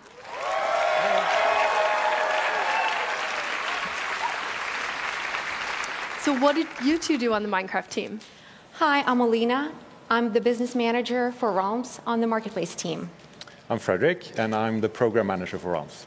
So you're going to announce something cool, but first, tell us about what Realms is. So Realms is a really good way to play with your friends. When you subscribe, you get a personal server right in the cloud, so it's always online and always accessible. And your friends will play for free with you, so you're the only one who has to subscribe. And how many people can play on a server? So we have 2 tiers, so you can either go for the 2-player tier or the 10-player tier. Awesome. And what are you going to tell us about today? Realms Plus. It's our new subscription that combines Realms with Marketplace content. That is awesome. So what does that mean? Realms, which you just told us about, plus Marketplace content. So with Realms Plus, just like before, you will have access to your realm, 10-player realm, and all the cool features that come with it. But in addition, you will have the entire catalog of Marketplace content. Skins, worlds, mashups, resource packs. That is awesome. Frederick, how many pieces of content will be coming to the first version of Realms Plus? We will be launching with over 50 pieces of content. And then they'll be changing each month? Yeah, every month we will get new content on there. Yeah, so it's going to be really good. Amazing. Yeah. And Alina, your son has a realm. I think we have a photo of it. Of course. So what has he built here with his friends? Yes, this is his realm where he plays with his neighborhood and school friends. And it's really fun. And adults join too, their parents. It's a cool place to hang out. And we really like to see, what kids do and how they show off their secret knowledge of Minecraft with all the strategies and tricks that they get from YouTube videos and reading the Minecraft books. Do I spy a very adorable Microsoft building in there? Yes, some people just like to go to work. I guess he does. I think we definitely have to say hi to your son then. So hello to Andrew. Hi, Andrew. Thanks for letting us show off your realm. We know he's watching at home, so thank you. So this sounds amazing. How do people start using it? How do they get Realms Plus? So when we launch Realms Plus, and we will be launching soon, we will have a free trial for new players. So you get 30 days for free. If you're already a subscriber for the 10-player realm on Bedrock, we will upgrade you automatically for free. And the price won't change. It's going to stay $7.99. So how did you decide on that? Because that's really cool. You're adding all of this stuff to it. Absolutely. That was very important to us. We just wanted to give our players more options, more fun things to play with, and keep the price the same. It's very simple. One subscription, $7.99 with Realms and content. And we will be adding more things every single month so that there will be something for everyone. That is amazing. Thank you, Alina and Frederick. Thank you. Let's look at a preview of some of the awesome content coming to Realms Plus.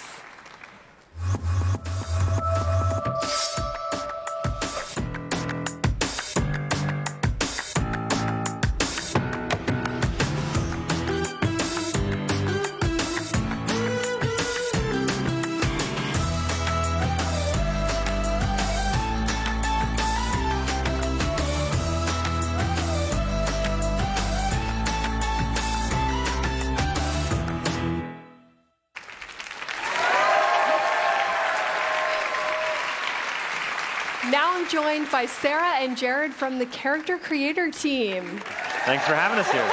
Thank you for having us. What do each of you do on the character creator team? I'm an art lead on the character creator team. And I'm a game designer on it. That is awesome. So today we're going to take a look at character creator, and we're just going to get right into it so you can tell us about it. Sounds good. Absolutely.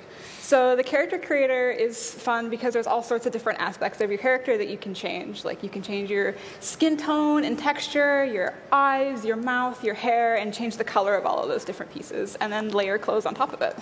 Yeah, it's something we came up with for Minecraft Earth, because just as we're putting Minecraft into the real world, we wanted a new way to let you put yourself into the game and really represent you. And so adding a bunch of more flexibility for you to build a character piece by piece.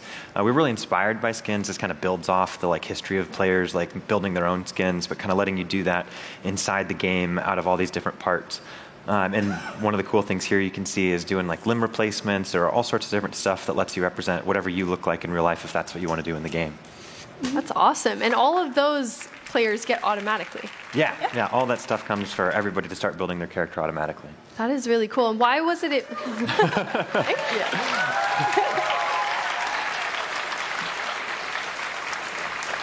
Why was it important to you? You added things like prosthetics and all different skin tones and different body shapes. Why is that important to you? Well, because, Minecraft players are from all walks of life, right? Anybody. And it's always fun just to see a part of yourself in the game. So we wanted to make sure to try and include as many people as possible. Mm-hmm. That is awesome. And how many characters can you have? You can make up to 5 different characters, and you can save those in either game. They'll sync back and forth between Minecraft Earth and Minecraft. And we just wanted you to have that flexibility to build. Maybe one kind of look is what you use when you're farming and you're playing that role with your friends, or maybe when you're playing something competitive, PvP, you might want to be a little more intimidating and try and do something that really encompasses that. So there's all sorts of different clothing options to build off of that, and really trying to put some of the coolest ideas our art team has come up with are in there to show off what's possible with this. Mm-hmm. It's good to note though, it is just kind of cosmetic self-expression stuff. It doesn't actually change the way you play. Everything is just how you look. That's awesome. Yep. And you said that this is inspired by Minecraft Earth. How does it fit into Minecraft Earth with a mob of me? Mm-hmm. Yeah, there's this cool little thing that when you're in Minecraft Earth, there's a mode called Build Mode, which lets you put a build plate here, like in this case down on my desk, and then I can put a little representation of myself into the world I'm creating. Because maybe it just makes the world more alive if it's not just a static structure, but if I put a character in there, and then I can watch him wander around, and it's super delightful for me, especially when he wanders off the build plate and takes a look at my coffee mug or something sitting right next to it. So it's a tiny version of Jared, Tiny Agnes and Jens. Yep. Everyone can have their own now. So you're going to show us a few things that no one has seen, which one is achievements and how you get special things for achievements in the game. Yeah, this is something that'll come slightly after the launch of Character Creator, but we really want to let players show off what they've accomplished in Minecraft through what they wear. So in this case, you can earn a lumberjack shirt when you chop down a tree for the first time, or when you craft your first hoe, we'll give you a little toothpick wheat thing there. And then if you play the game a really long time, we'll give you a really long hair and beard. That you can equip to your character to show that off. And then this is probably my favorite item that we're adding is this fish globe that covers your head that you get if you build a conduit in survival mode. So all these things, we'll have stuff in Minecraft Earth and Minecraft that you can earn through challenges and achievements. Awesome.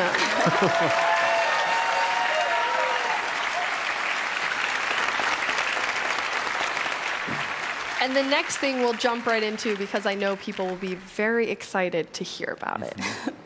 Yeah, for sure. So the sort of 2 things that are upcoming are capes are coming to the character creator.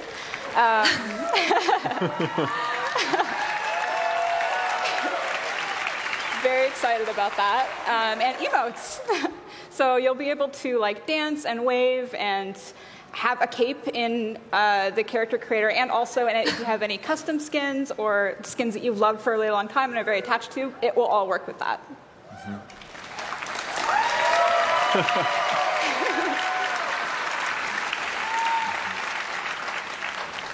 And how will people get these awesome capes?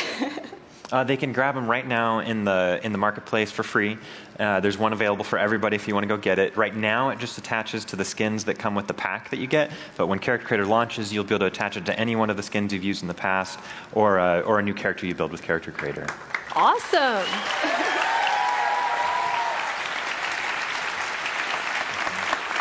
Thank you so much, Sarah and Jared. Character Creator looks amazing. Yeah, thanks for having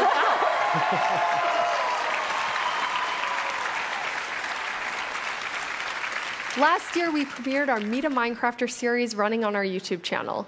Each month, we feature a different Minecrafter and how they're uniquely using the game. Today, you'll meet a Minecrafter named James Delaney. My name's James Delaney, and I'm managing director of a company called Blockworks. I started playing Minecraft when I was about 11 or 12 years old, just a year after the game came out. A friend actually showed it to me, and at first I thought it was a kind of stupid thing, but after a few hours I really got into the creative mode of Minecraft.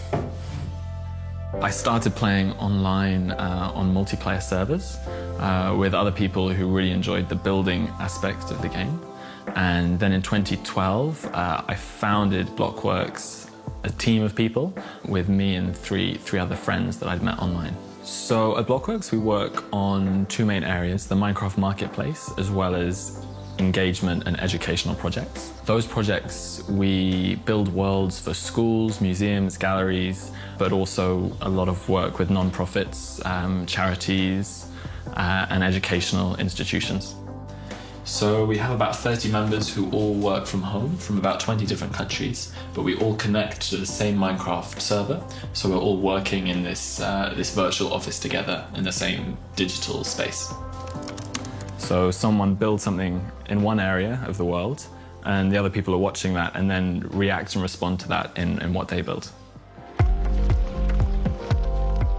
For my final year thesis at university, I looked at democracy and video games specifically, with a big chapter on Minecraft and urban design and how Minecraft could help cities and help communities take part in the planning process, which led me to join the board of Block by Block in 2019.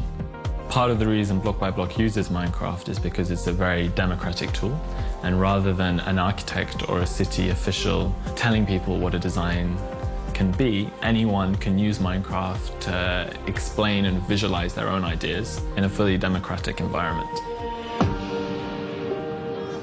So buildings like this cathedral here in Siena didn't have just one architect and one person with an idea, but were built by a group of master craftsmen, each improvising the design as they were building it.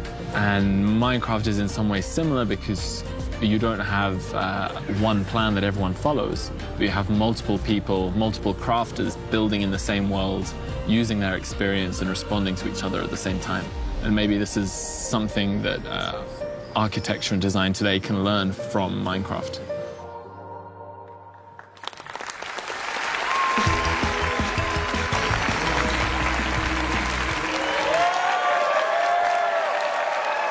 マスオです。ここからは私マスオが考えたゲームをみんなでやっていきたいと思います。皆さん、マインクラフトに8が追加されるのはご存知ですよね。今回はその8にちなんだゲームをやっていきたいと思います。その名も88ベンベン。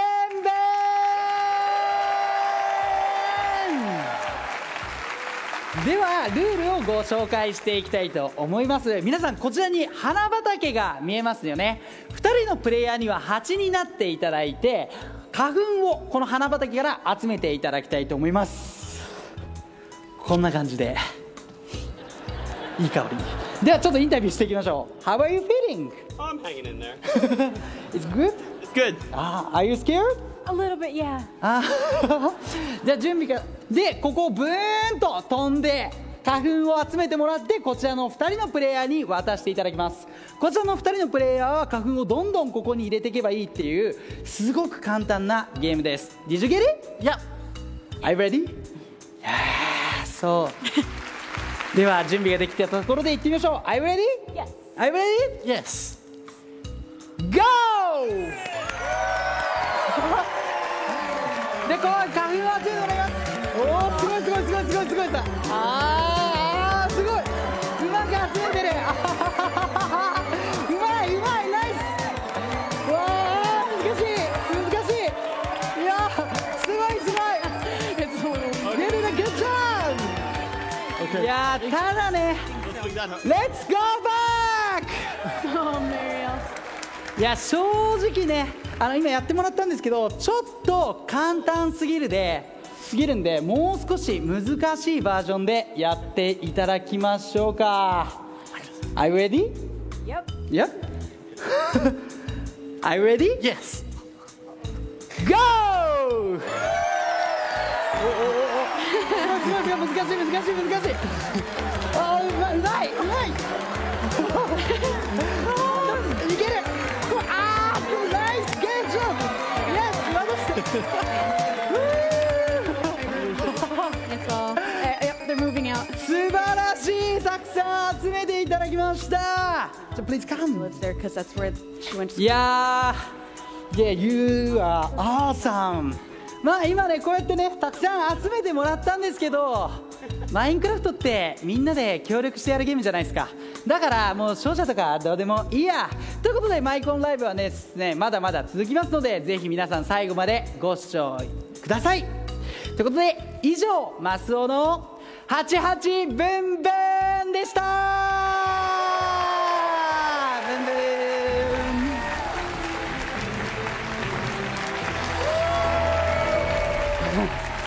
Wow, we've seen amazing discussions on which biome most deserves to be updated first, and hundreds of thousands of you have registered your votes. Now for that bittersweet moment to say goodbye to one of your choices to set the stage for the final two. Unfortunately, the Badlands received the least amount of votes and won't make it to round two. The good news is all of you Badlands supporters now get to pick again from the two that are left. So what will it be? Time to vote again, and now you're voting between the mountains and the swamp. In the first round, the mountains had the majority of the votes, just by a bit. But will it still hold its lead and become the next biome to be updated in Minecraft? You get to decide, so make sure to go to Twitter, make sure you're logged in, and click on that new poll that was just posted to the Minecraft account. This is exciting, folks. Make your mark on the future of Minecraft. So while you're figuring out your final choice for this year's biome vote, let's talk about your favorite game that you haven't even played yet, Minecraft Dungeons. Joining me is David Niesagen, the executive producer of Minecraft Dungeons. Hi, David. Hello, Boo. Welcome to the show. Thank you very much. Why don't you tell our community all about this new game?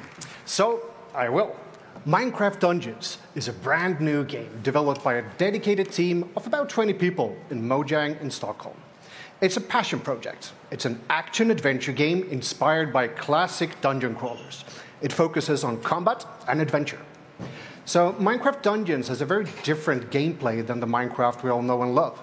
The players, they're on a mission to defeat the evil Arch-Illager. They will explore the game world and search for treasure, fight familiar and brand new mobs, and collect cool loot to help them on their adventures. And since every adventure has a beginning, we'd like to show you, for the first time, the opening cinematic for Minecraft Dungeons.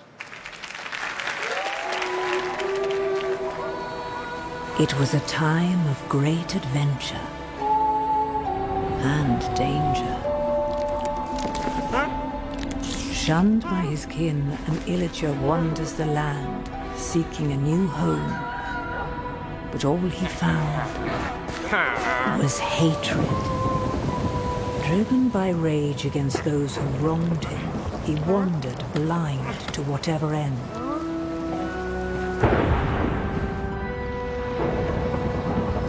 Until at long last, the Illager found something that would change him forever. The Orb of Dominance.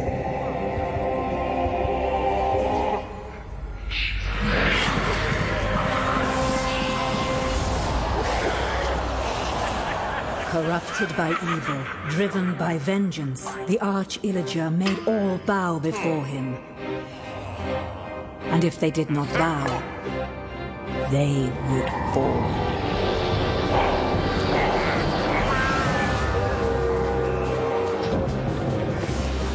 The Illagers raided the land.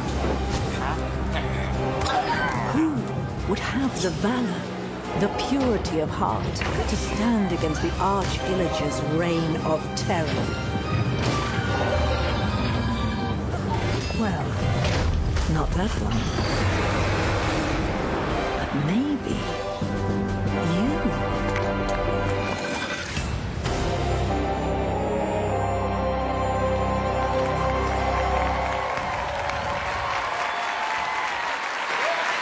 That was amazing. Yeah, it's pretty cool, right? So now we know why the players are on their adventures. Now, the game is designed to be fun to play together with your friends, and we'd like to show you just that. You all know Masuo, and we also have the game director from Minecraft Dungeons, Måns Olsson, here on the couch. And they will show you how to play Minecraft Dungeons in couch co-op. So what are we seeing here? Yes, so this is actually the first time we show this. This is a brand new level. It's called Creeper Woods, obviously a forest area. I haven't even seen any creepers yet. No, they're further down the line, right? So you see some other mobs here that you should recognize from your Minecraft. You have zombies, you have skeletons, you have all sorts of interesting things. I like that it's just like Minecraft, but different. The gameplay's different, but everything looks familiar. All the behaviors of the mobs are like you would expect them to. There shouldn't be any strange surprises. You should know and understand how things work. But visually, it's quite surprising. There's all these things going on. Yeah, you see those lightning bolts that come from there? That's actually one of the players that have an enchanted sword that does a thundering enchantment. Sometimes you get that lightning strike. What's that llama with the arrow in its head? Oh, that's a nice TNT explosion. Yeah, the llama that's there, that can be summoned by one of the artifacts in the game. You see in the lower right and the lower left, there's like this little hotbar, and to the right you see a yellow symbol. That's the wonderful wheat. Using that summons the llama, and the llama helps you in battle. It spits at enemies. There's even some larger mobs here. Oh yes, some of the mobs to give you a bit more of a challenge. They have more armor and a bit more extra weapons. This is great. Yeah. So as you see, they're exploring. Oh, they used another one of these artifacts. It's called the wind horn, and it pushes mobs away. You can pick up all these sort of cool things on these levels and equip them as you see fit. And also, I'd like to mention that all of these levels are randomly generated, so you can explore them every time you play through the same one. It'll look and feel quite a bit different. So it'll be surprising each time you play. That is correct. So now I think we're approaching, spiders, lots of them. Spiders. Oh, that was a fireworks arrow. Wait, there's a pig with a chest on it. Of course. So we call that the piggy bank. Now, this game genre is all about loot. So if you manage to find one of those and get some help from it. Oh, wow. Yeah, it drops lots of cool loot. And that you can equip just as you see fit. Now, Måns and Masuo are actually coming up to a rather difficult part. So let's get them some expert help. So let's welcome Marielle. Yeah. So you can hot join this game at any time, and you can play up to 4 players together. The game scales its difficulty depending on how many players you have. So let's see how they do. Yeah, so when you join, immediately difficulty scales up. Yeah. What if you leave? It scales down. Okay. So if you need to head off to the bathroom, yeah, you can do that. So up to the upper right corner, you see the objective, what the players are supposed to do. Now they're supposed to free the villagers. They just saved 1 out of 5, and so there's 4 more to discover and save. And as you see, there are more mobs now. Oh, that's going to be a tricky TNT. Oh, someone was knocked down. I love the huge effects of some of these things. Oh, what is that? Oh, that's a healing totem. Anything that's inside the rooms gets extra health. And I saw one of them just revive the other. Yep. That's also, the game is really designed to be fun to play together. So if someone is knocked down, other people can help each other out and revive them, bring them back into battle. So it really makes sense to work together and not just go for your own goals. Mm-hmm. And also, if you look closely at the characters, the player characters, there's so much stuff going on. But if you look below the player characters, you have this little square. That means that those who have that square, they have boosted extra damage. This is particularly from the guy in the wolf armor. to the right. So when they're closer, they actually help each other more. And what does the wolf armor do? It actually boosts damage for everybody who's nearby, and there are many different armors that does different things. Oh, just one more villager to save. I wonder where it is. Find it. Oh, it's nice that they've cleared the mobs out of this section. Oh, there you see. You have a little guidance to tell you where it is. Oh, okay. Cool. Well done.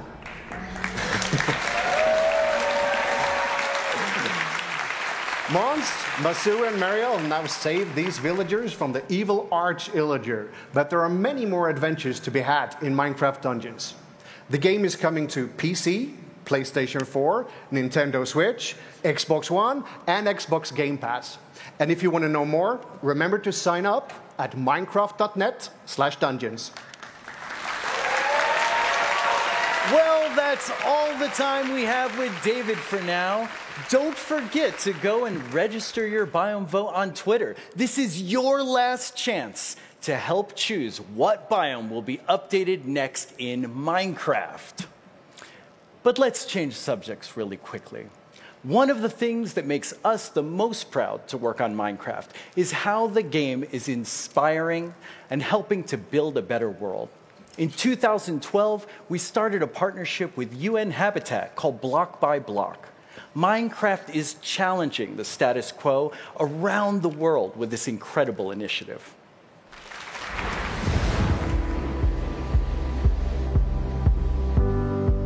When people are passionate about things, they find a way to use it to make a difference around them. Minecraft introduces people to potential they didn't know they had. We decided and we made the change.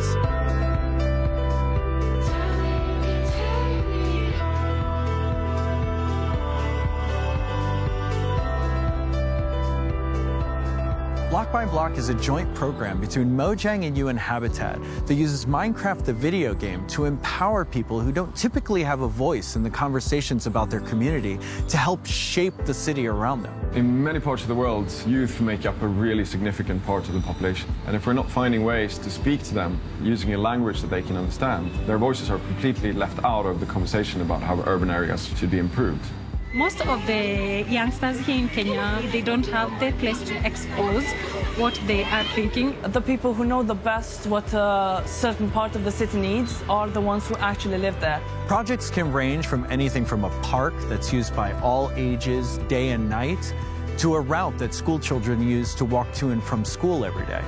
We build the physical area itself within Minecraft, and participants are able to go into the game and use the normal game controls to redesign the area one block at a time. Anyone can be urban planner and architect while working in this block by block workshop. It was very fun because you felt like to be able to help the city while just playing. I came up with a skate park idea and some trees surrounding the park.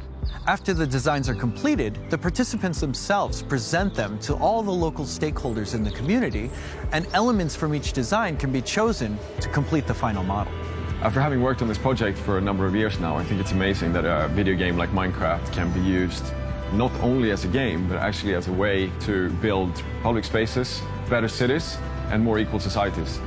Some girls will even talk with me that, okay, now they find out that even they can start thinking about choosing some of the future jobs relating to the computer, but also thinking to help them to find their own potential.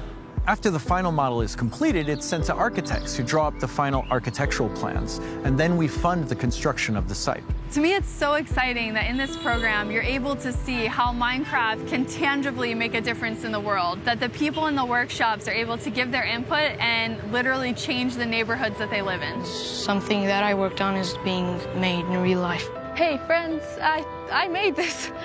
As I always say, change Dandora, you change Nairobi, you change Kenya, you change Africa, you change the entire world. It all starts here. With Block by Block, we're using the creative building game Minecraft to empower people to create their world around them.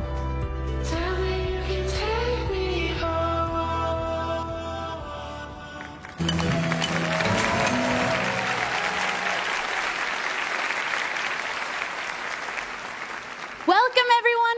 It's time for another Minecraft First, the Triathlon Relay. The co-hosts will be going up against Team Mojang in a game of skill, knowledge, and endurance. You're going to be running, which is why I'm not playing. We'll be featuring 3 different versions of Minecraft, starting with Minecraft Earth, moving to Minecraft Dungeons, and finishing with good old Minecraft. Huge thanks to Everbloom, who created the race map that we'll be playing today. Our teams will take it in turns to see who can be the quickest over all 3, and there may be a few surprises along the way. Let's meet our teams. Here we have Team Co-host. Hello. And Team Mojang.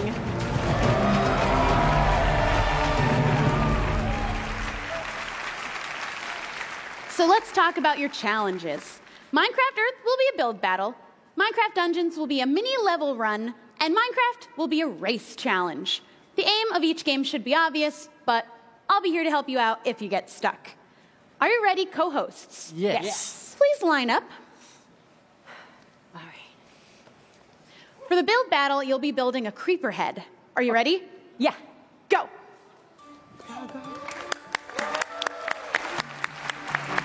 We've got the blocks for her ready in her inventory with various greens, black. I appreciate that. Oh, of course. Makes it a lot easier for me. Oh, we're not going to make it that easy. Oh, really? No, you're being timed. Oh, okay. Oh, and I think I see a few chickens flying in. Chickens here? I did not sign up for chickens. No, we didn't ask for chickens, but we've got them. Here, please. You're doing great. I see the creeper mouth already forming. Yeah, There's the eyes. There, that's the that looks amazing. And do you notice that I'm actually using multiple colors? You are. I see that. Varying greens, if different you wanna, textures. Like, give me extra points for that, I'd love that. I don't think I'm allowed to do that. It's really just time. But you got to go as fast as you can. Fine, okay, I guess I'm not using that many. Oh, that chicken's in the way. Yeah, the chicken's like not being very helpful. That's all right. Oh, you're almost done. No. Oh, no. That does not go in the eye. That's all right. That's looking good. No. Okay, I'll fix it. I can fix it. I can also fix that. We have a lot of fixes, but it looks good. Okay. We've got a creeper head. That's right. Creeper head! You're done. Yeah, we're good. Go tag the player. We've got Masso playing on our Dungeons level run. All you have to do is find 2 levers. Two levers. Just 2. Where are the levers? We won't make it that easy, though. There's a good few monsters in here. Hey, don't attack me. Oh, they're definitely going to attack you. But there's one. You've got one. Yes, now you just need one more. One more. Try and get there without dying. No, don't attack me. There's a lot of monsters there to block you. You just got to duck and roll through them. Ooh, there's a skeleton there to stop you. Oh, there it is. I found it. Oh, no. Oh, you just got to click it. Oh, you're stuck. Oh, no. Oh, no. Oh. That's all right. I think you better go tag your next player. You were right there at the lever. What into this temple? That's all right. Go tag Scott. Let's get into the race. Yes. All right, Scott, let's see if you can make up some time in this race. We'll just start the countdown for you. 3, I'm ready. 2, I'm gonna do my 1, best. go. There you go. We just got to run through the... Creeper Oh, those creepers are in the way. You don't look happy.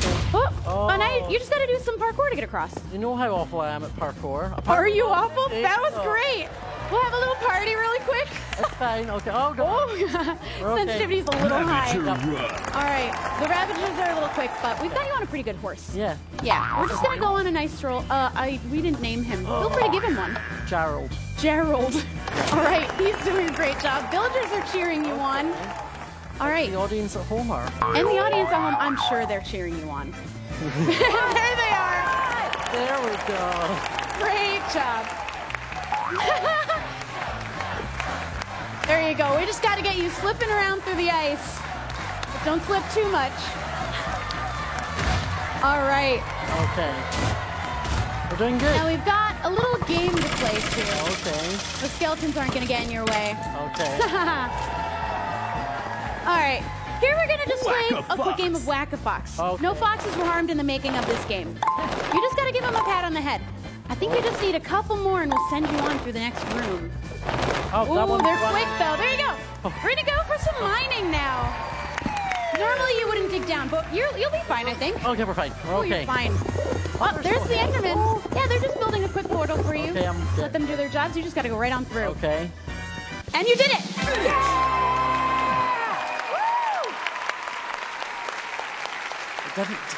Great job, but I can't tell you how well you did just yet. Now it's Team Mojang's turn. Are you guys ready? Yeah. Yes. Okay. Again, you'll be building a creeper head for the build battle. Ready? Go. We've got the same inventory, same setup. Just got to build it as quick as you can. Because this is all about time. 2, 3, 4, 5. Oh, I see some chickens coming in. Oh. Hopefully they don't get in the way. 4, 5, 6, 7. Ooh, we're counting. Oh, yeah, I know this is how going to to be accurate. These are the experts, after all. Right. You make the frame first. Mm-hmm. Very good technique. Now, uh-oh. Zombies aren't supposed to be there. Yeah, don't get in my way, man. I got a job to do. They're bumping into each other. They're fine. Great. Okay, as long as all right. We see the mouth. Stay off my mouth. Great. Oh, there's a mistake. We'll That's all fix right. that. Okay. Now we're going to get some eyes. Okay. We're filling in the face, and all you got to do is fill in the rest with green. That's right. Yeah, smart. I went for a single color as a simple creeper. That's smart, because we're all about time right now. This Exactly. is a race. All right, so we're just filling in right between. Oh, no! What did you do? Oh no! There weren't supposed to be real creepers in this segment. That was so mean, Torbe. All right, let's see if we can recover a little bit. I will rebuild. We will rebuild. Thank you. It'll happen. That's Well, fine. maybe. The chickens aren't going to help it much, are they? The chickens aren't helping. The creepers, zombies, but you're doing great. You are almost there. Thank you, audience. There you go. One more. You're done. All right. We've got the same level run for you. You just have to find 2 levers. Easy. And try not to die. Yeah. Preferably. Yeah, that'll be fine. It'll be fine. Yeah. Let's see how you handle all these mobs. Ooh, TNT. Oh, no. We don't like TNT here.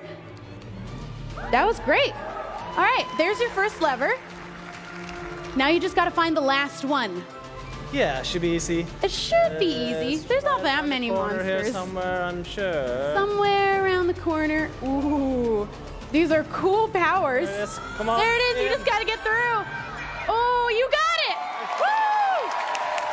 Yeah. All right. Now we just have the race left. We're going to start your countdown. 3, 2, 1, go! And now you just got to beat Scott's time. Chasm. This shouldn't be too bad. We've had some bad experiences with creepers so far. Oh, great job. We just do a little party really quick, and we move on. Ravager run. Now, if only we gave you a Ravager, right? Yeah, wait. But they're just a little bit too fast. Okay. We're just going to go on a nice breeze, nice walk, bounce you around just a little bit. There we go. We got the creepers cheering. The audience is cheering. Woo! Now we're going to just a quick trip through the nether. I don't think there's any ghasts in here. All right. Go. And now we're just going to cool you off real quick in here. But the ice is just a little bit slippery. Oh. So let's see how quick you can slip right through this section. There you go. Oh. Don't get too dizzy in here. All right. Skeleton's taken care of. Now we're going to play Whack-A-Fox. Let's see if you can get 5 foxes as quick as you can. Chicken. And not the chickens. We don't want to punch the chickens. Oh, they're quick. Where are they? You got to be faster than a fox. Oh, they're popping in and out really fast. Can't find the. There's one. There you go. Another one. All right, I think just there you go. Now we're gonna go mining. It's safe enough to dig down in this. Woo! Now we're just gonna have the portal built really quick. Friendly Enderman taking care of it. Now you just gotta get through. You did it!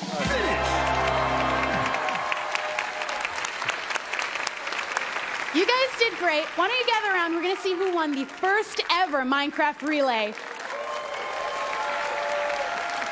All right, you guys all did great, but our winner today is Team Co-Hosts. Thank you guys so much. Since 2011, Minecon has been the time of year that we come together to celebrate the past, present, and perhaps most excitingly, the future of Minecraft. Our event has evolved over the years to what you're experiencing right now, and next year, we're evolving it even further.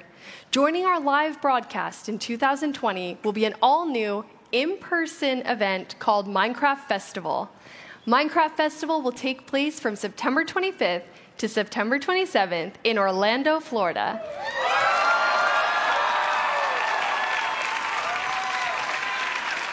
I'm pretty excited as a Floridian. You can expect interactive exhibits, inclusive gameplay, competitive tournaments, live entertainment, creator and community panels, and more.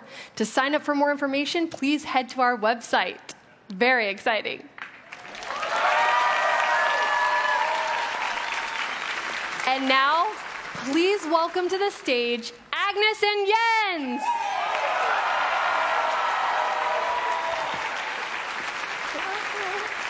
Welcome. How has the show been for the two of you? You were buzzing around. Yes, no, it's been super fun. Yeah, really amazing. Yeah, it's been fantastic. Great show. It was very cool to see the Dungeons premiere. Yeah, absolutely. It's so fun. And I love the opening cinematic. It's so cool. It's beautiful. So Jens, how does it feel when we have 2 new games coming out? Oh, it's of course great. Like we have Minecraft Dungeons and Minecraft Earth, but we actually have a third Minecraft game coming out. It's a board game called Minecraft Builders and Biomes. Builders and Biomes. Yes. What? Very exciting. Yeah, there might be a hint at Builders and Biomes somewhere for people to see. So you're going to tell us about an update, the next big update. But before that, I want to know how you got into gaming. Agnes?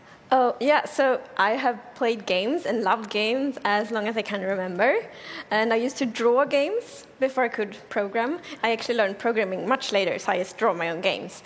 Yeah, and then one day I thankfully made it into gaming and work on games, and it's so fun. We have a photo of the original Tiny Agnes here. I love that you're playing on a computer. You also have a baby bottle. So those, you have really been playing since you were very small. Yes, I mean, I think I should be old enough to drink from something else there, though. But I probably was quite stubborn. I'm like, I want my bottle. Were you coding at this point, or was that, you said much later? Yeah, no coding yet, only playing. And Jens, how was game development? How did you get your start? Yeah, it's a very similar story. Like I loved games, and I made levels on paper and added enemies.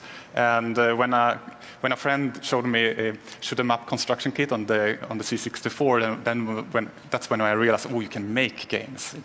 And I've been doing that since then, more or less. And of course, we have a photo of adorable tiny Jens there on the left playing a Game & Watch. Yes. You look the same. Without the more beardy. So you're going to tell us about the next update. Yes, but first. Okay, but first. A part of the next update, we want to show you a block that is not completely related to the theme of the update, but still it's really cool. So here is the target block. Target block.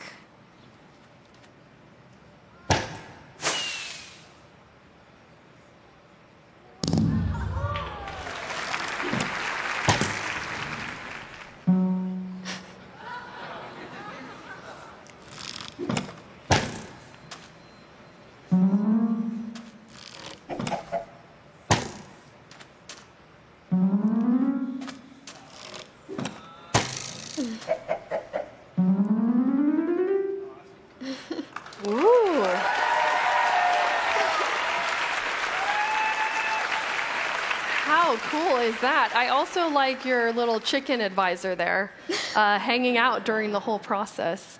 Tell us about the target block. Yes, so you can shoot arrows at the target block, and it will emit a redstone signal. And the closer the arrow hits the bullseye, the bigger the signal will be. How do you see players using this? Well, make mini games and various contraptions, of course, and maybe also create new hidden entrances to their bases. That would be cool. Yes. That would be amazing. So you said this is part of the next update, which is... Yeah, we're super excited to finally have a Nether update. Ooh, the Nether update.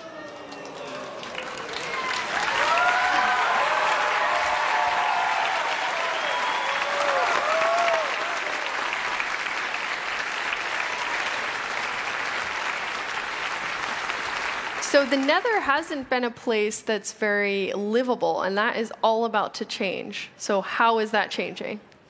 I mean, well, it will still not be easy to live there. Okay.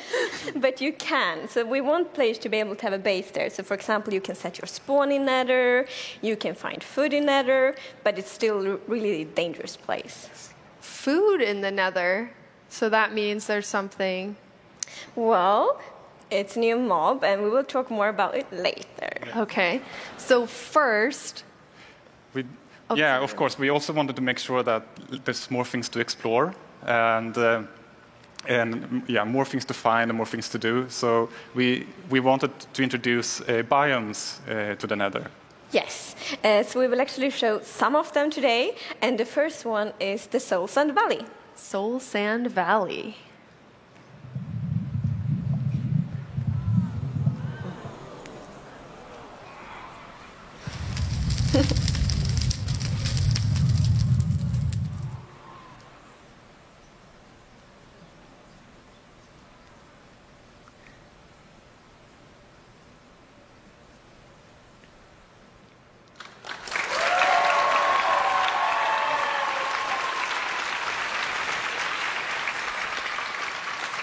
You're right. Not sure I would want to live there. Well, depends on what you prefer. What's happening in Soul Sand Valley? It looks incredible. Yeah, so I would say this is a scary biome. It's quite barren, and it has this blue fog and the blue fire, which is a new block. Or actually, if you place fire on a soul sand, it will now turn blue. And it's also like the stalactites and visible fossils. And you'll be able to take the soul sand block, and that will work in any of the dimensions. Absolutely. That is very cool. I bet people will do really amazing things with blue flames. Mm-hmm. You did say biomes, so we have another biome to look at. What biome is that? It's the Nedward Forest.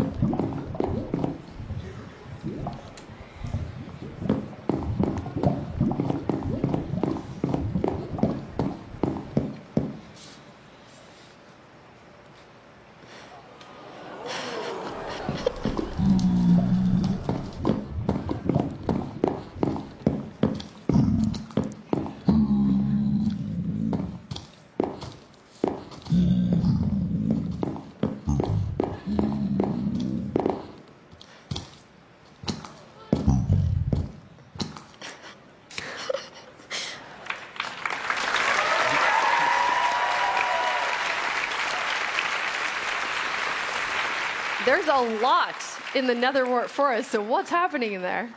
Lots of things. So yeah, as you can see, it's two variants of it. So the red one has quite a very alive atmosphere in its own very weird and nethery way. So it's like swirling particles and a lot of vegetation. It's very dense, so like the players should get lost in there. And then we have the blue one, which has a very a unique atmosphere. It's like even more weird, if possible. And it has just the particles are falling and lots of new blocks, lots of new vegetation. How did you decide on the colors? Because it's so different than the look of the Nether when you add these biomes. Yeah, when we wanted to make sure that when you explore, you get more variation and more than just red and yellow. And we were thinking about how the overworld is much green, blue, and gray, and the end is black, purple, and yellow. So we were thinking, how can we add more color depth to the Nether that kind of creates a good feeling for the Nether still. It's really beautiful. But you said it's going to be just as hard. So even though this looks quite, like an oasis, it's not going to be? Well, we still call the Nedward Forest the Nether Oasis, but that doesn't mean it will be easy being there. So there will be, for example, a new hostile mob. And I think we could show it now. And we temporarily call it the Piglin Beast. Piglin Beast.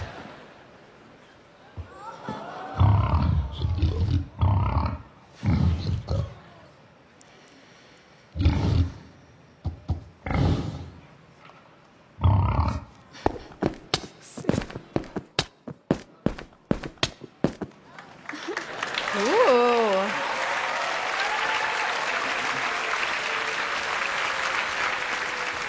So you said we're temporarily calling it the Piglin Beast. What does that mean for everyone? So we would actually love to get suggestions from the community on a better name. So please, if you have any suggestions, send them, and then we can pick the name later.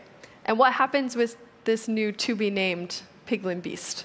So the to-be-named Piglin Beast is really aggressive, so it's quite scary, but it's also the food source in Nether, actually.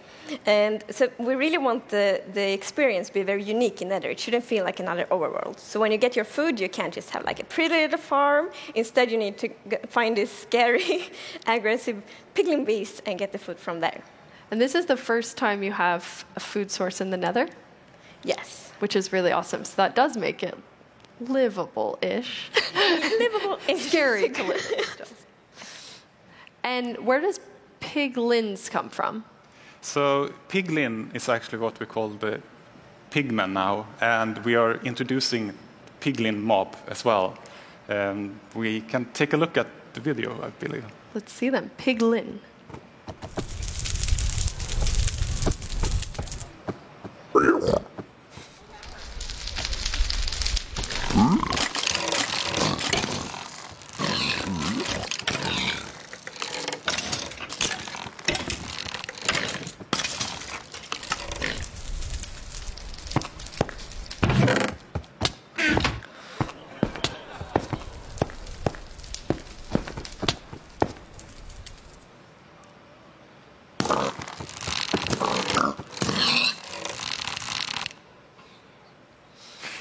Ooh.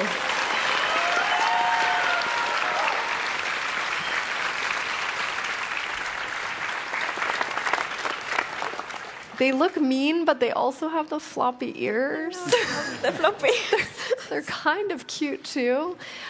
Yes, sorry, but yeah, there's a lot of going on in this video. But at the core, the piglin is almost like a new civilization that we add to the Nether, and they are actually hostile towards the player. They also don't like wither skeletons, and they hunt the piglin beast for food as well.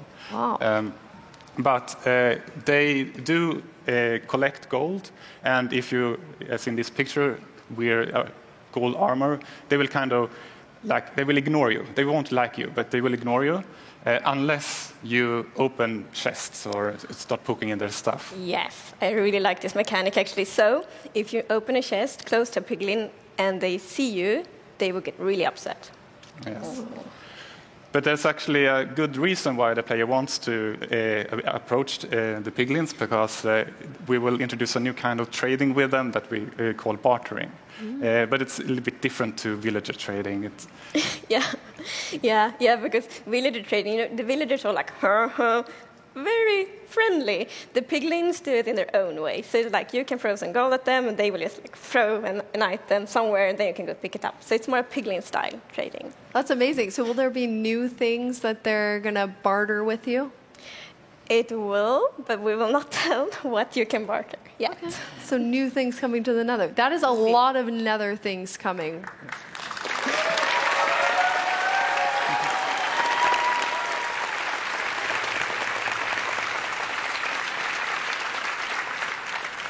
Any particular favorites in this update for either of you?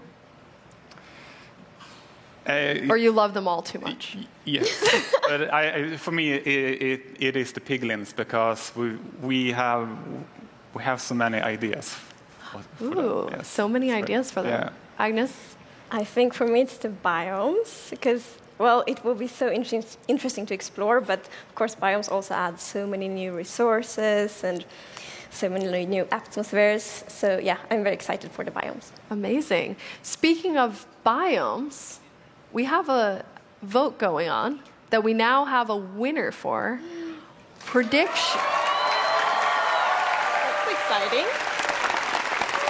Predictions on the winner. It's either swamp or mountains. Which do you think will take it? Well, I will guess swamp. Okay. Yeah. Jens? Well, snow is snowier. So you're guessing mountains? Mountains, yeah. Maybe we should find out. Is our correspondent somewhere close? Yeah, okay, there you are. Hello!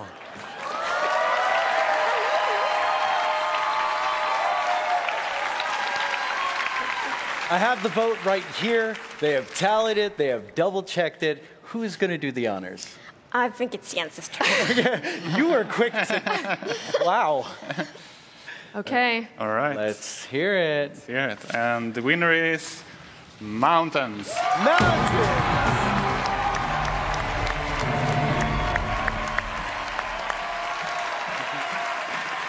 That is amazing.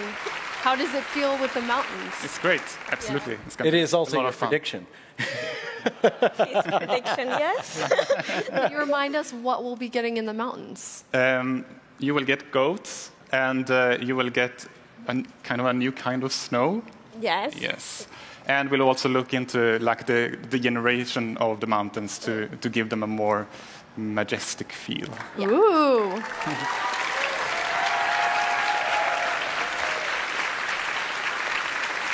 Jens and Agnes, you have given us a ton to look forward to. Thank you so much. Thank you.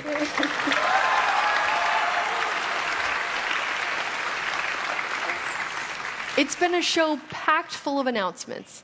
And to answer some of the questions that have been coming in live during the show, stay tuned for a developer panel that begins right after this. But first, let's take a quick look at what's happened over the course of this show with so many updates.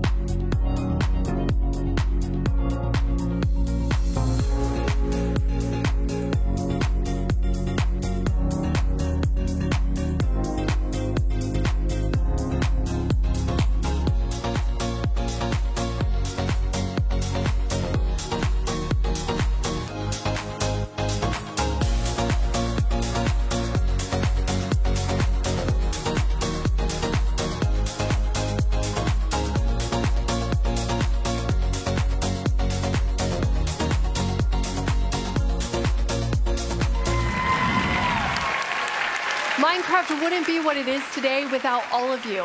On behalf of our entire team, thank you so much.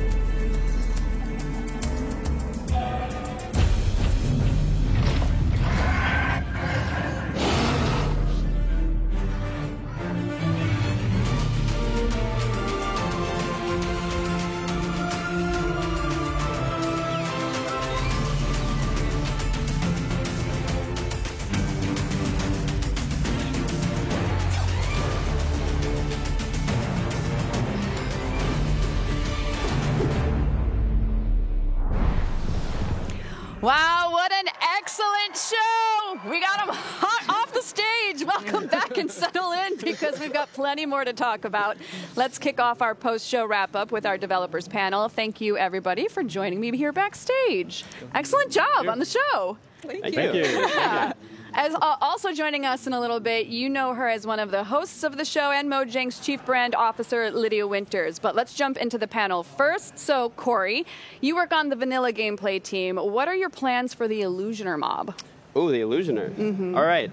So the Illusioner has been in the game for quite a while, but it hasn't actually, at least in Java Edition, but it hasn't actually been part of the core game. It's just been there kind of hiding. So I really want to add the Illusioner to the game. We've been wanting to add it for a while, but we didn't have the technical capabilities originally. So we've been working on building up those capabilities so that we can add it in. And I really, really want to see them enter raids. I think they would be perfect for raids. I think they would be a great addition to those, and planning that soon, hopefully. Awesome.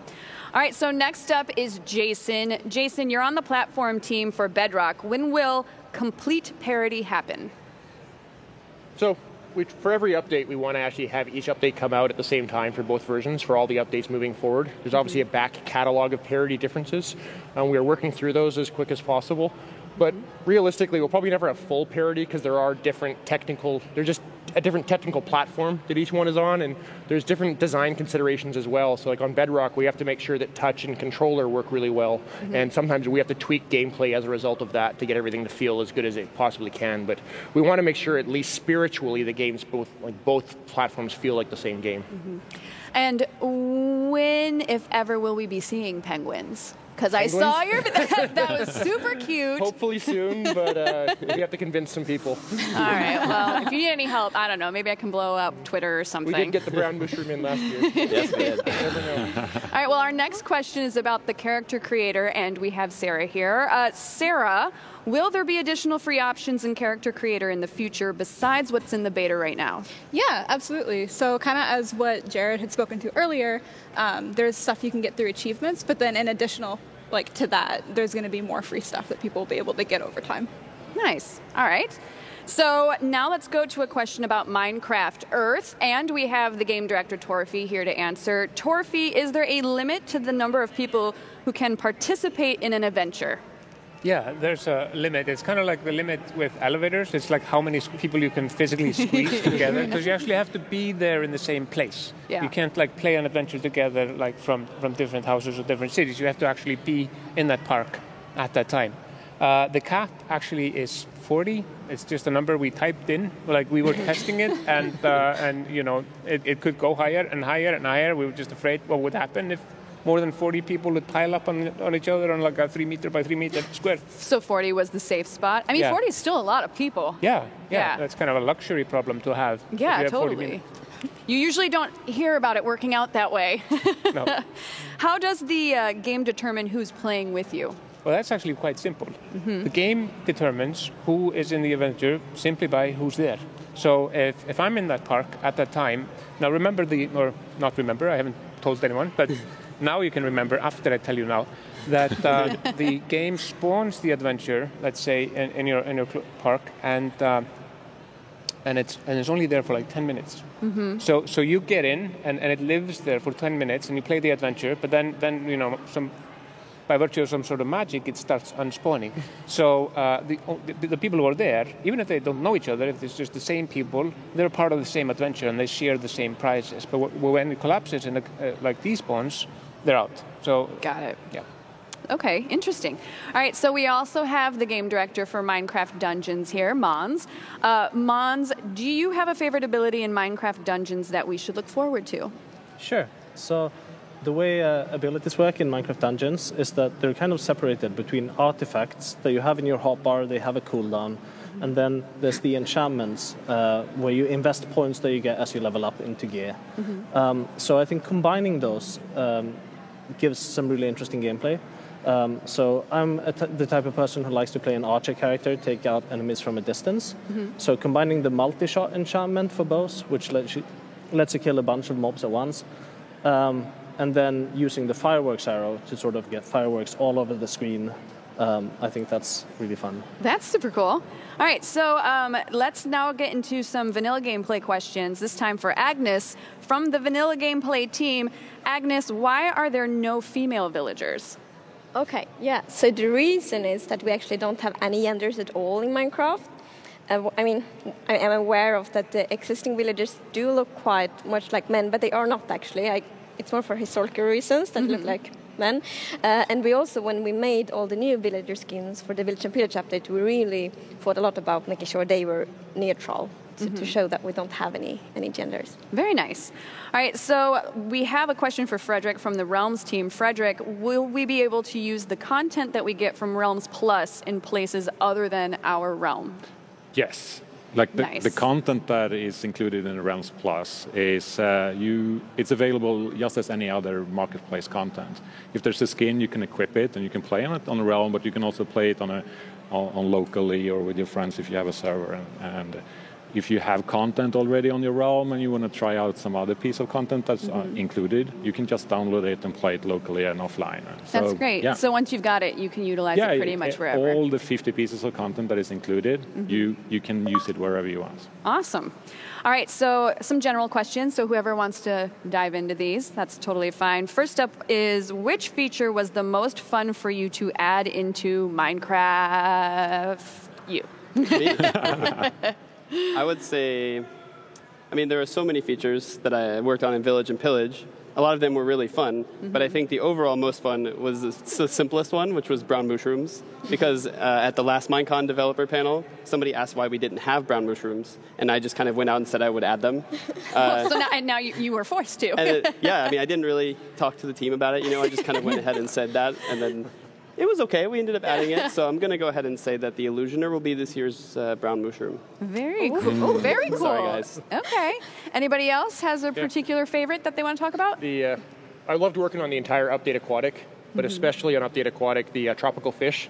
It was kind of funny, because initially we were like, we're just going to put a clownfish in there, and we're working on the coral, and I'm like, corals have way more color variations than this and stuff like that. And I was like, hey, what if we made 16 colors of fish? And then I'm like, well, what if we had 2 shapes? What if we had 16 colors of stripes? What if we had this? And then we had 3,500 different patterns of fish or something. So it kind of grew up, but it was so much fun to do that. And I love seeing that, how it turned out in the reefs as a result. Personal question off the top of my head, just because I'm curious about this, but there's so many options in order to build things and be creative in Minecraft. Do you ever find yourself having to pull back? And then if so, how do you make those decisions? Yeah, so just the easy one off the top of my head, y'all. That's how good I am. Anybody want to go for that, or did I scare you all? When you're working on, I work on vanilla Minecraft.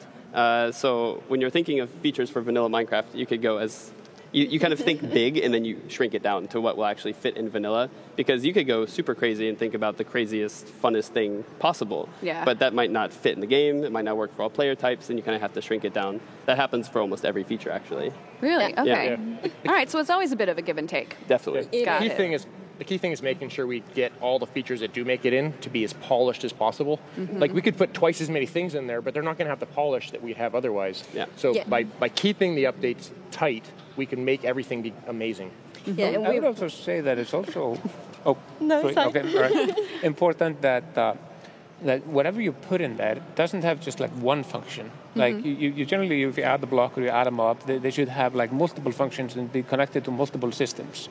We have this new chicken in Minecraft called the Clockshroom, and the Clockshroom actually loves to hide in the darkness and lays mushrooms.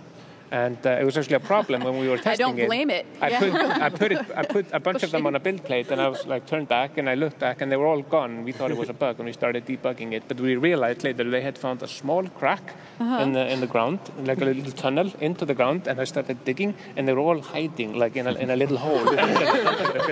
Because they're ashamed that they're laying mushrooms. I think to Tofi's point as well, we really think about when we add these things, like you have with the Clockshroom, and when we add things to dungeons, about how it fits into Minecraft as a whole, right? So we have loads and loads of ideas, obviously, and they all go into sort of a phase of pruning, and then we take the things that feel like they really belong in the game, and then we add those. Very cool. Agnes, did you want to finish your thought? And then the next question actually is for you, too. Okay, no, sure, but I can finish this one. No, so, yes, related to this, we work a lot, very iterative and with prototypes, and to make sure that it's actually fun in-game. So we make sure to implement all the things very early, so we can test in-game and then decide based on how it feels in-game, what should stay in the update and what should be removed. And it's also not a failure if we, for example, remove a prototype. That's part of the process to make sure that we really have fun things that we really like. All right, well, so the next question for you actually is a Twitter question, and it is, will you update all 3 biomes eventually, but first the one that got voted, or only the one that got voted? We will update all of them eventually. So, yeah, but mountains will be first. Very cool. Good, because that's the one I voted for. Totally did. I was back here while you guys were on stage. I'm like, I'm going to go. I voted for swamps. But I really you lost. I did. But I like mountains. I can finally finish. I've been working on this, the Shining Hotel, that Overlook Hotel, for like 2 years now. And now that the mountains, I'm going to wait until the mountain update comes out, and then I'm going to bust out with it. I'm very excited. Smart. All right, so moving on, less about me, more about you guys. This is to everybody as well. What is the funniest bug that you've ever encountered? Kind of going off of what you were saying about the collection rooms. There was one in the character creator for a while where, like, when you loaded up the game, for whatever reason, they would blink and then it would get faster and faster and faster and faster, just like constantly blinking. It was the most like, oh my god, they're possessed now. It was frightening. That sounds amazing. You should have left that in. I know, right? It's definitely a feature, especially in like the lineup of 5, like on the carousel. Yeah. It was so bizarre. That's super creepy. I love it. Anybody else has a favorite? When we were bringing the animation system into Bedrock, all the pigs, all of a sudden, they kind of rotated their whole bodies this way and their head was on the ground. It kind of looked like a pink vacuum cleaner. And they were running around the world like that with their head scraping the ground. It was the funniest thing. I really like all these, yes, when the mob's models gets weird, which they kind of always get when we add a new animal to Minecraft, because it's, at least in Java, it's super tricky to add them. So it's often like the head is there and the the legs are up on the back, and it just looks super weird, and they walk around. Has there ever been a bug that you guys have run into that you liked so much that you just left alone? All the time. Oh, yes. All the time. All the time? We have a thing in Dungeons where the Arch Illager sometimes appears and disappears, and it does that by kind of getting really small and then getting bigger again. And so we had this bug where if you shot him while he was really, really small, the arrow would scale up with him. And suddenly when he's big again, he has this giant arrow shooting out of him. Now in the game we have an enchantment called Growing, so if you shoot, the arrow kind of gets a little bit bigger. Oh, that's cool. Good problem solving. All right, so this one is for everyone, and it also is from Twitter. What are your favorite mobs? Ooh, okay, I actually, might be a weird answer, but I really like sheep. That's totally that's fine. Yeah. And I like, when I play myself, I think, well, maybe except horses, sheep as the mobs I have most, like in my big town I'm building, and I'm using a lot of, color their wool, so I can build funny, colorful buildings with it.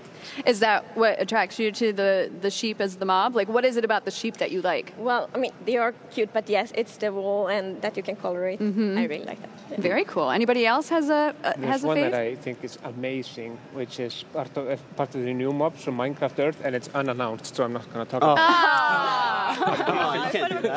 Maybe that's the next poll for next year is which mob do you think was Twerfy's favorite? Poll for next year. We've got it figured out. All right, so here's a good one. Where do you guys see Minecraft going in the next 10 years? So we want to continue update Minecraft for many years, much more than just 10 years. So I think we will continue probably to have these major updates, 2 updates here approximately, and then just continue. And then of course we need to make sure to always keep Minecraft Minecrafty, and that's something we think a lot about. As soon as we add anything or just fix a bug, we always need to think so we don't break the magic of Minecraft. No, I think that's brilliant. We were actually talking yesterday about how at this point Minecraft is pretty iconic. So I feel like it's here to stay and it's always going to remain relevant. Does anybody else have any specific things that they think are going to Minecraft in 10 years? I mean, you're in a unique position because you've got Dungeons, and that's a whole different ballgame of sorts. So from our perspective, I'm excited about all the new games coming out. Both Earth and Dungeons, I think, are exciting, and I'm looking forward to that happening. But I'm also looking forward to updating Dungeons over time. So we'll launch it, but then we'll keep updating it as we go, just like we do with regular Minecraft. Not to put you in the hot seat, but what's the pressure been like knowing that you're taking such a beloved game and kind of shifting gears with it in a different direction? You're like, it's been the worst. Yeah, it's certainly a little spooky, and it's something that we think about a lot as we make it.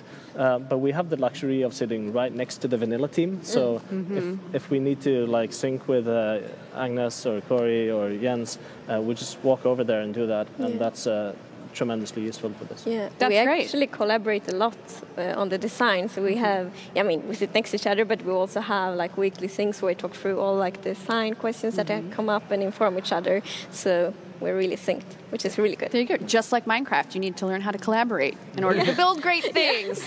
Oh my gosh, hire me for your PR. All right, so Torfi, this one's from Twitter. Okay. What will Minecraft Earth be like for those in rural areas compared to those in cities and suburbs? Well, that's a good question. So Minecraft Earth has, these features that we looked at, the adventures and the build mode. But in order to go out and find the adventures and to collect blocks, you have to walk, basically use your feet. And there's a map. And we used OpenStreetMap, which is like an open source database, which is a really amazing map of the entire globe.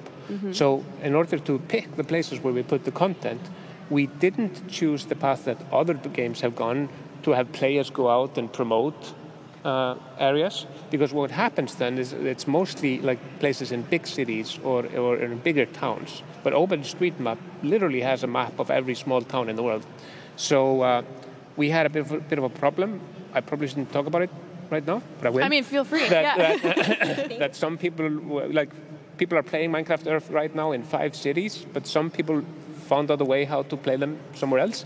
And when that happened, I woke up and I opened the map and I can see a heat map of the world where people are playing, and it was like literally everywhere. It was like small towns in Russia, somewhere in Siberia, somewhere in South America, in Africa, and in Asia. Like it was literally like a virus infection of the entire world, which is cool, but shouldn't have happened. The point I'm saying is it should be everywhere where people live. So not in some random hill in the middle of the Sahara, maybe not, but where people live and where's the map, there should be Minecraft Earth. Very cool. Totally random, and maybe you did or didn't do this, and I wouldn't know because I haven't played the beta yet, but are there any Easter eggs at all? Yeah, tons? Yeah. Great. Well, I will be outside a lot. All right. So, again, this one's to everyone. This one's from Twitter. Actually, you know what? I'm taking that back. I want to move on to a different one. Corey, what things are important to consider when brainstorming ideas to suggest to developers or make into a vanilla-style mod? That's a big question. I know. That's why I switched it up, because the other one I think is going to be more fun. Yeah, so when you're kind of thinking of ideas, when we think of ideas, we try to think first of, would this fit in with the original game? Does it add something to it? And then we think, does it work with other features that are already in the game? We really try to add things that will interact with the game loop and try to bring everything together. So when you're thinking of features to suggest, try to think about how does this interact with features that are already in the game? How would this enhance them, for instance? Like penguins would really enhance Minecraft. You make them chase fish. And yeah, it'd be perfect. But that's what you got to think through, is what you're saying. Yeah. They would interact with fish. There's glaciers that were added, and they drop feathers. They'd be on glaciers. I like the pitch that I've started. I don't think I'm allowed to go 2 mobs in one developer panel, so I'm going to hold off there. No worries. All right, so this is the other question that I was holding off on. This is for everybody. What are your favorite pizza toppings? You want to just start and go around? Oh, yeah. I love pepperoni. Nice, Classic. solid choice. I like the classics. It's like a tomato and cheese pizza. Nothing fancy. That's fine. It's totally fine. I think bell pepper. Actually. Bell pepper. Yeah. Okay. Nah. This is a tricky question. Or a trick question. Well, to be fair, if there's a really good cheese on it, I probably think, mozzarella, which is quite basic as well. But yes, I would say so. You thought that was tricky? I thought that was a perfectly fine answer. I had to thought for a long time, or think for a long time. That's true. You guys have actually been on stage for a good solid 2 hours. I'm sure you're starving. Torfi, what about you? What's your favorite pizza topping? I once had a pizza in a restaurant in Eastern Iceland, which was called Rudolf, and it had reindeer meat and red berries. It's very sad. Oh. Yeah. Whoa. But generally, there's pepperoni and pineapple. I mean, emotionally sad, yes, but was it tasty? Sadly, yes. Sadly, yes. What about you guys? Ham, pineapple, and bacon. Ooh, mixing it up. I'm with Agnes here. Like a really good mozzarella cheese. There's a one called Scamorza, which is like a smoky. Yeah, Ooh, it's so smoky good. I need to try that. Okay, I'm really hungry now. Great. I know, me too. I'm we're like, having got for the dinner. shakes. I'm like, oh, let's get some food. All right, so last question. I know we briefly touched upon it before about the biome, but let's talk about the result of the biome vote. How do you guys feel about mountains being in this year's winning biome? I mean, we know you wanted swamp. Yeah, but I'm super happy about mountains as well. I mean, we like all of them. Otherwise, I guess we wouldn't have them in the vote. So no, it will be great, and I'm excited to start prototype on it and see what will happen with them, with like the cooler mountain generation and things like that. Yeah, fantastic. Everybody else? I've been campaigning internally for goats for about a year now. Yeah. I'm ecstatic that mountains won. Yeah, and Team goats. I think that one of the best things about vanilla is that we've been doing recently is taking the features that have been there for a long time and then kind of updating them. So it'd be really nice to give a fresh coat of paint to the mountains. Fantastic. You guys too? Are you on board for the mountains? Yeah, 100% all on, Team Mountain Goat. You're like, I'm in a dungeon. I don't. Yeah, I think it'll be good. I'm a little bit sad about not seeing the frog, but the frog was cute. You will. All right, that's a solid Yes. point. The frog was super adorable. Well, thank you guys so much for joining me, and congrats again on such an excellent show. You did an amazing job up there, and I'm looking forward to seeing the new updates. Before Lydia Winters joins me backstage, let's take a quick look at some of the highlights from Minecon 2019.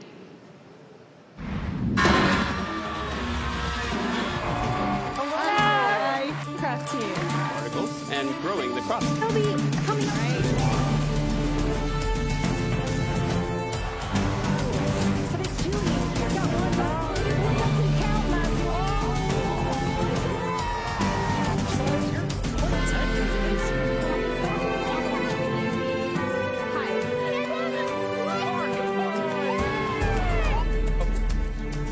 Rock platform team. Flower. Or place a torch. Yep.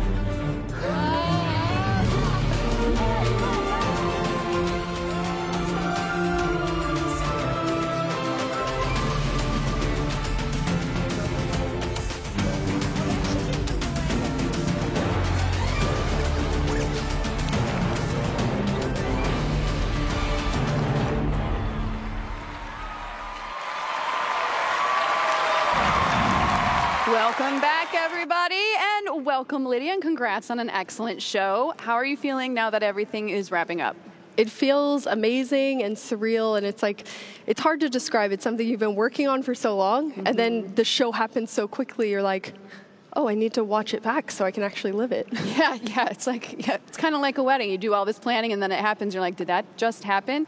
But you loaded us down with amazing content. I was enjoying myself the entire time. What was your favorite moment of the show? I know it's a hard one choice. because it's like all, Do you want to split them up in two? What was your favorite, game-related announcement? I can't. This is like choosing kids, I would imagine, if you have them. Like, how do I pick? I think the main thing for me was this year. The thing I loved is that we got to show so much of our, what's happening in the studio. So, last year we got to we announced Dungeons, but we said very little about it, and this year to get to show gameplay of Dungeons and Earth, it just felt like, how huge is it? This was the first show where we felt like we have to cut content. It's too much stuff, which is the most luxury problem to have. There's too many cool things to tell everyone. Yeah, I actually really enjoyed the Dungeons trailer as well. I thought that was super cute. It was amazing. So that's going to actually start the game. So that is the intro sequence, and it will put you, in the mindset of what's happening in the game so that you can go off and start playing, which feels like that was so exciting to premiere here. I also like the physical mini games that you guys had on stage. That was maybe I was sitting here and I'm like, oh man, I wish I could play that right now. They were amazing. Were so good. And especially because they've been practicing, but with nothing actually sticky or gross in the... Oh, so they didn't know what they were touching? No, so they we practiced with things like cups and just normal stuff, so you kind of dig around, and their responses couldn't have been better, and just seeing the scene where Scott was digging and Maso was I just loved it. His Maso face is was my new favorite. He should host so much stuff. Like Everything, he's I my think. new favorite of all time. I was just like, oh my gosh, that guy's adorable. How excited are you for the year ahead? I mean, you guys have come a long way and you've got a ton of stuff. It's really amazing. I mean, when I started at the company, someone told me like every year it gets crazier and crazier with Minecraft. And now I'm into like past my 8th year working on it. And honestly, every year gets crazier and crazier. And I don't think 2020 is going to slow down when we launch 2 new games. Do you ever and get 3 a with chance, the board game. Do you ever get a chance to kind of, when you come out with so much content, to sit back for a little bit and just kind of take a breath and assess and just enjoy what you've made? Or is it immediately back to the drawing board because, you know, Minecraft being what it is, there's always the demand? I feel like this might be that only moment that I have. Like right now, this sitting very and like second. enjoying it, and then we'll all, you know, we'll start talking again like, oh, next year we can do this because that worked really well. And it's just, you know, when you work on something that you love and are super excited about it, it's hard to not do it. Awesome. Out of the voting, was the mountain biome your personal pick, or which one were you rooting for? I'm from Florida, so I was a bit biased towards the swamp. But at least we'll have Minecraft Festival in Florida, so, you know, we can have mountains in Minecraft. So I'm glad you brought that up, because that's a perfect transition into my next question about the announcement of Minecraft Festival 2020 being super exciting. What are you most looking forward to there? I think it's always awesome when we get to spend time with the community because our players are so important to us and at the heart of everything we do. So when you get to be around people who are so excited about Minecraft, it's very, very contagious. So I think it's something that we missed getting to meet with people, and now to combine sort of the original Minecon of having an in-person thing with this amazing show and really think about how do we take everyone on a journey. So I'm really excited about it. And it's in Orlando, so again, you know, back to my Florida roots. Yeah. So my mom is very happy. Oh, awesome. You're going to hang out with the parents. They'll just be happy to get to come. That's fantastic. Well, thank you so much for joining me in the after show. To the folks at home, thank you for joining us backstage today. I've had an absolutely wonderful time bringing you a little peek of what's to come for Minecraft. It has been an excellent Minecon Live 2019, and we look forward to seeing you all next year. Have a good one, and bye. Bye. Thank you.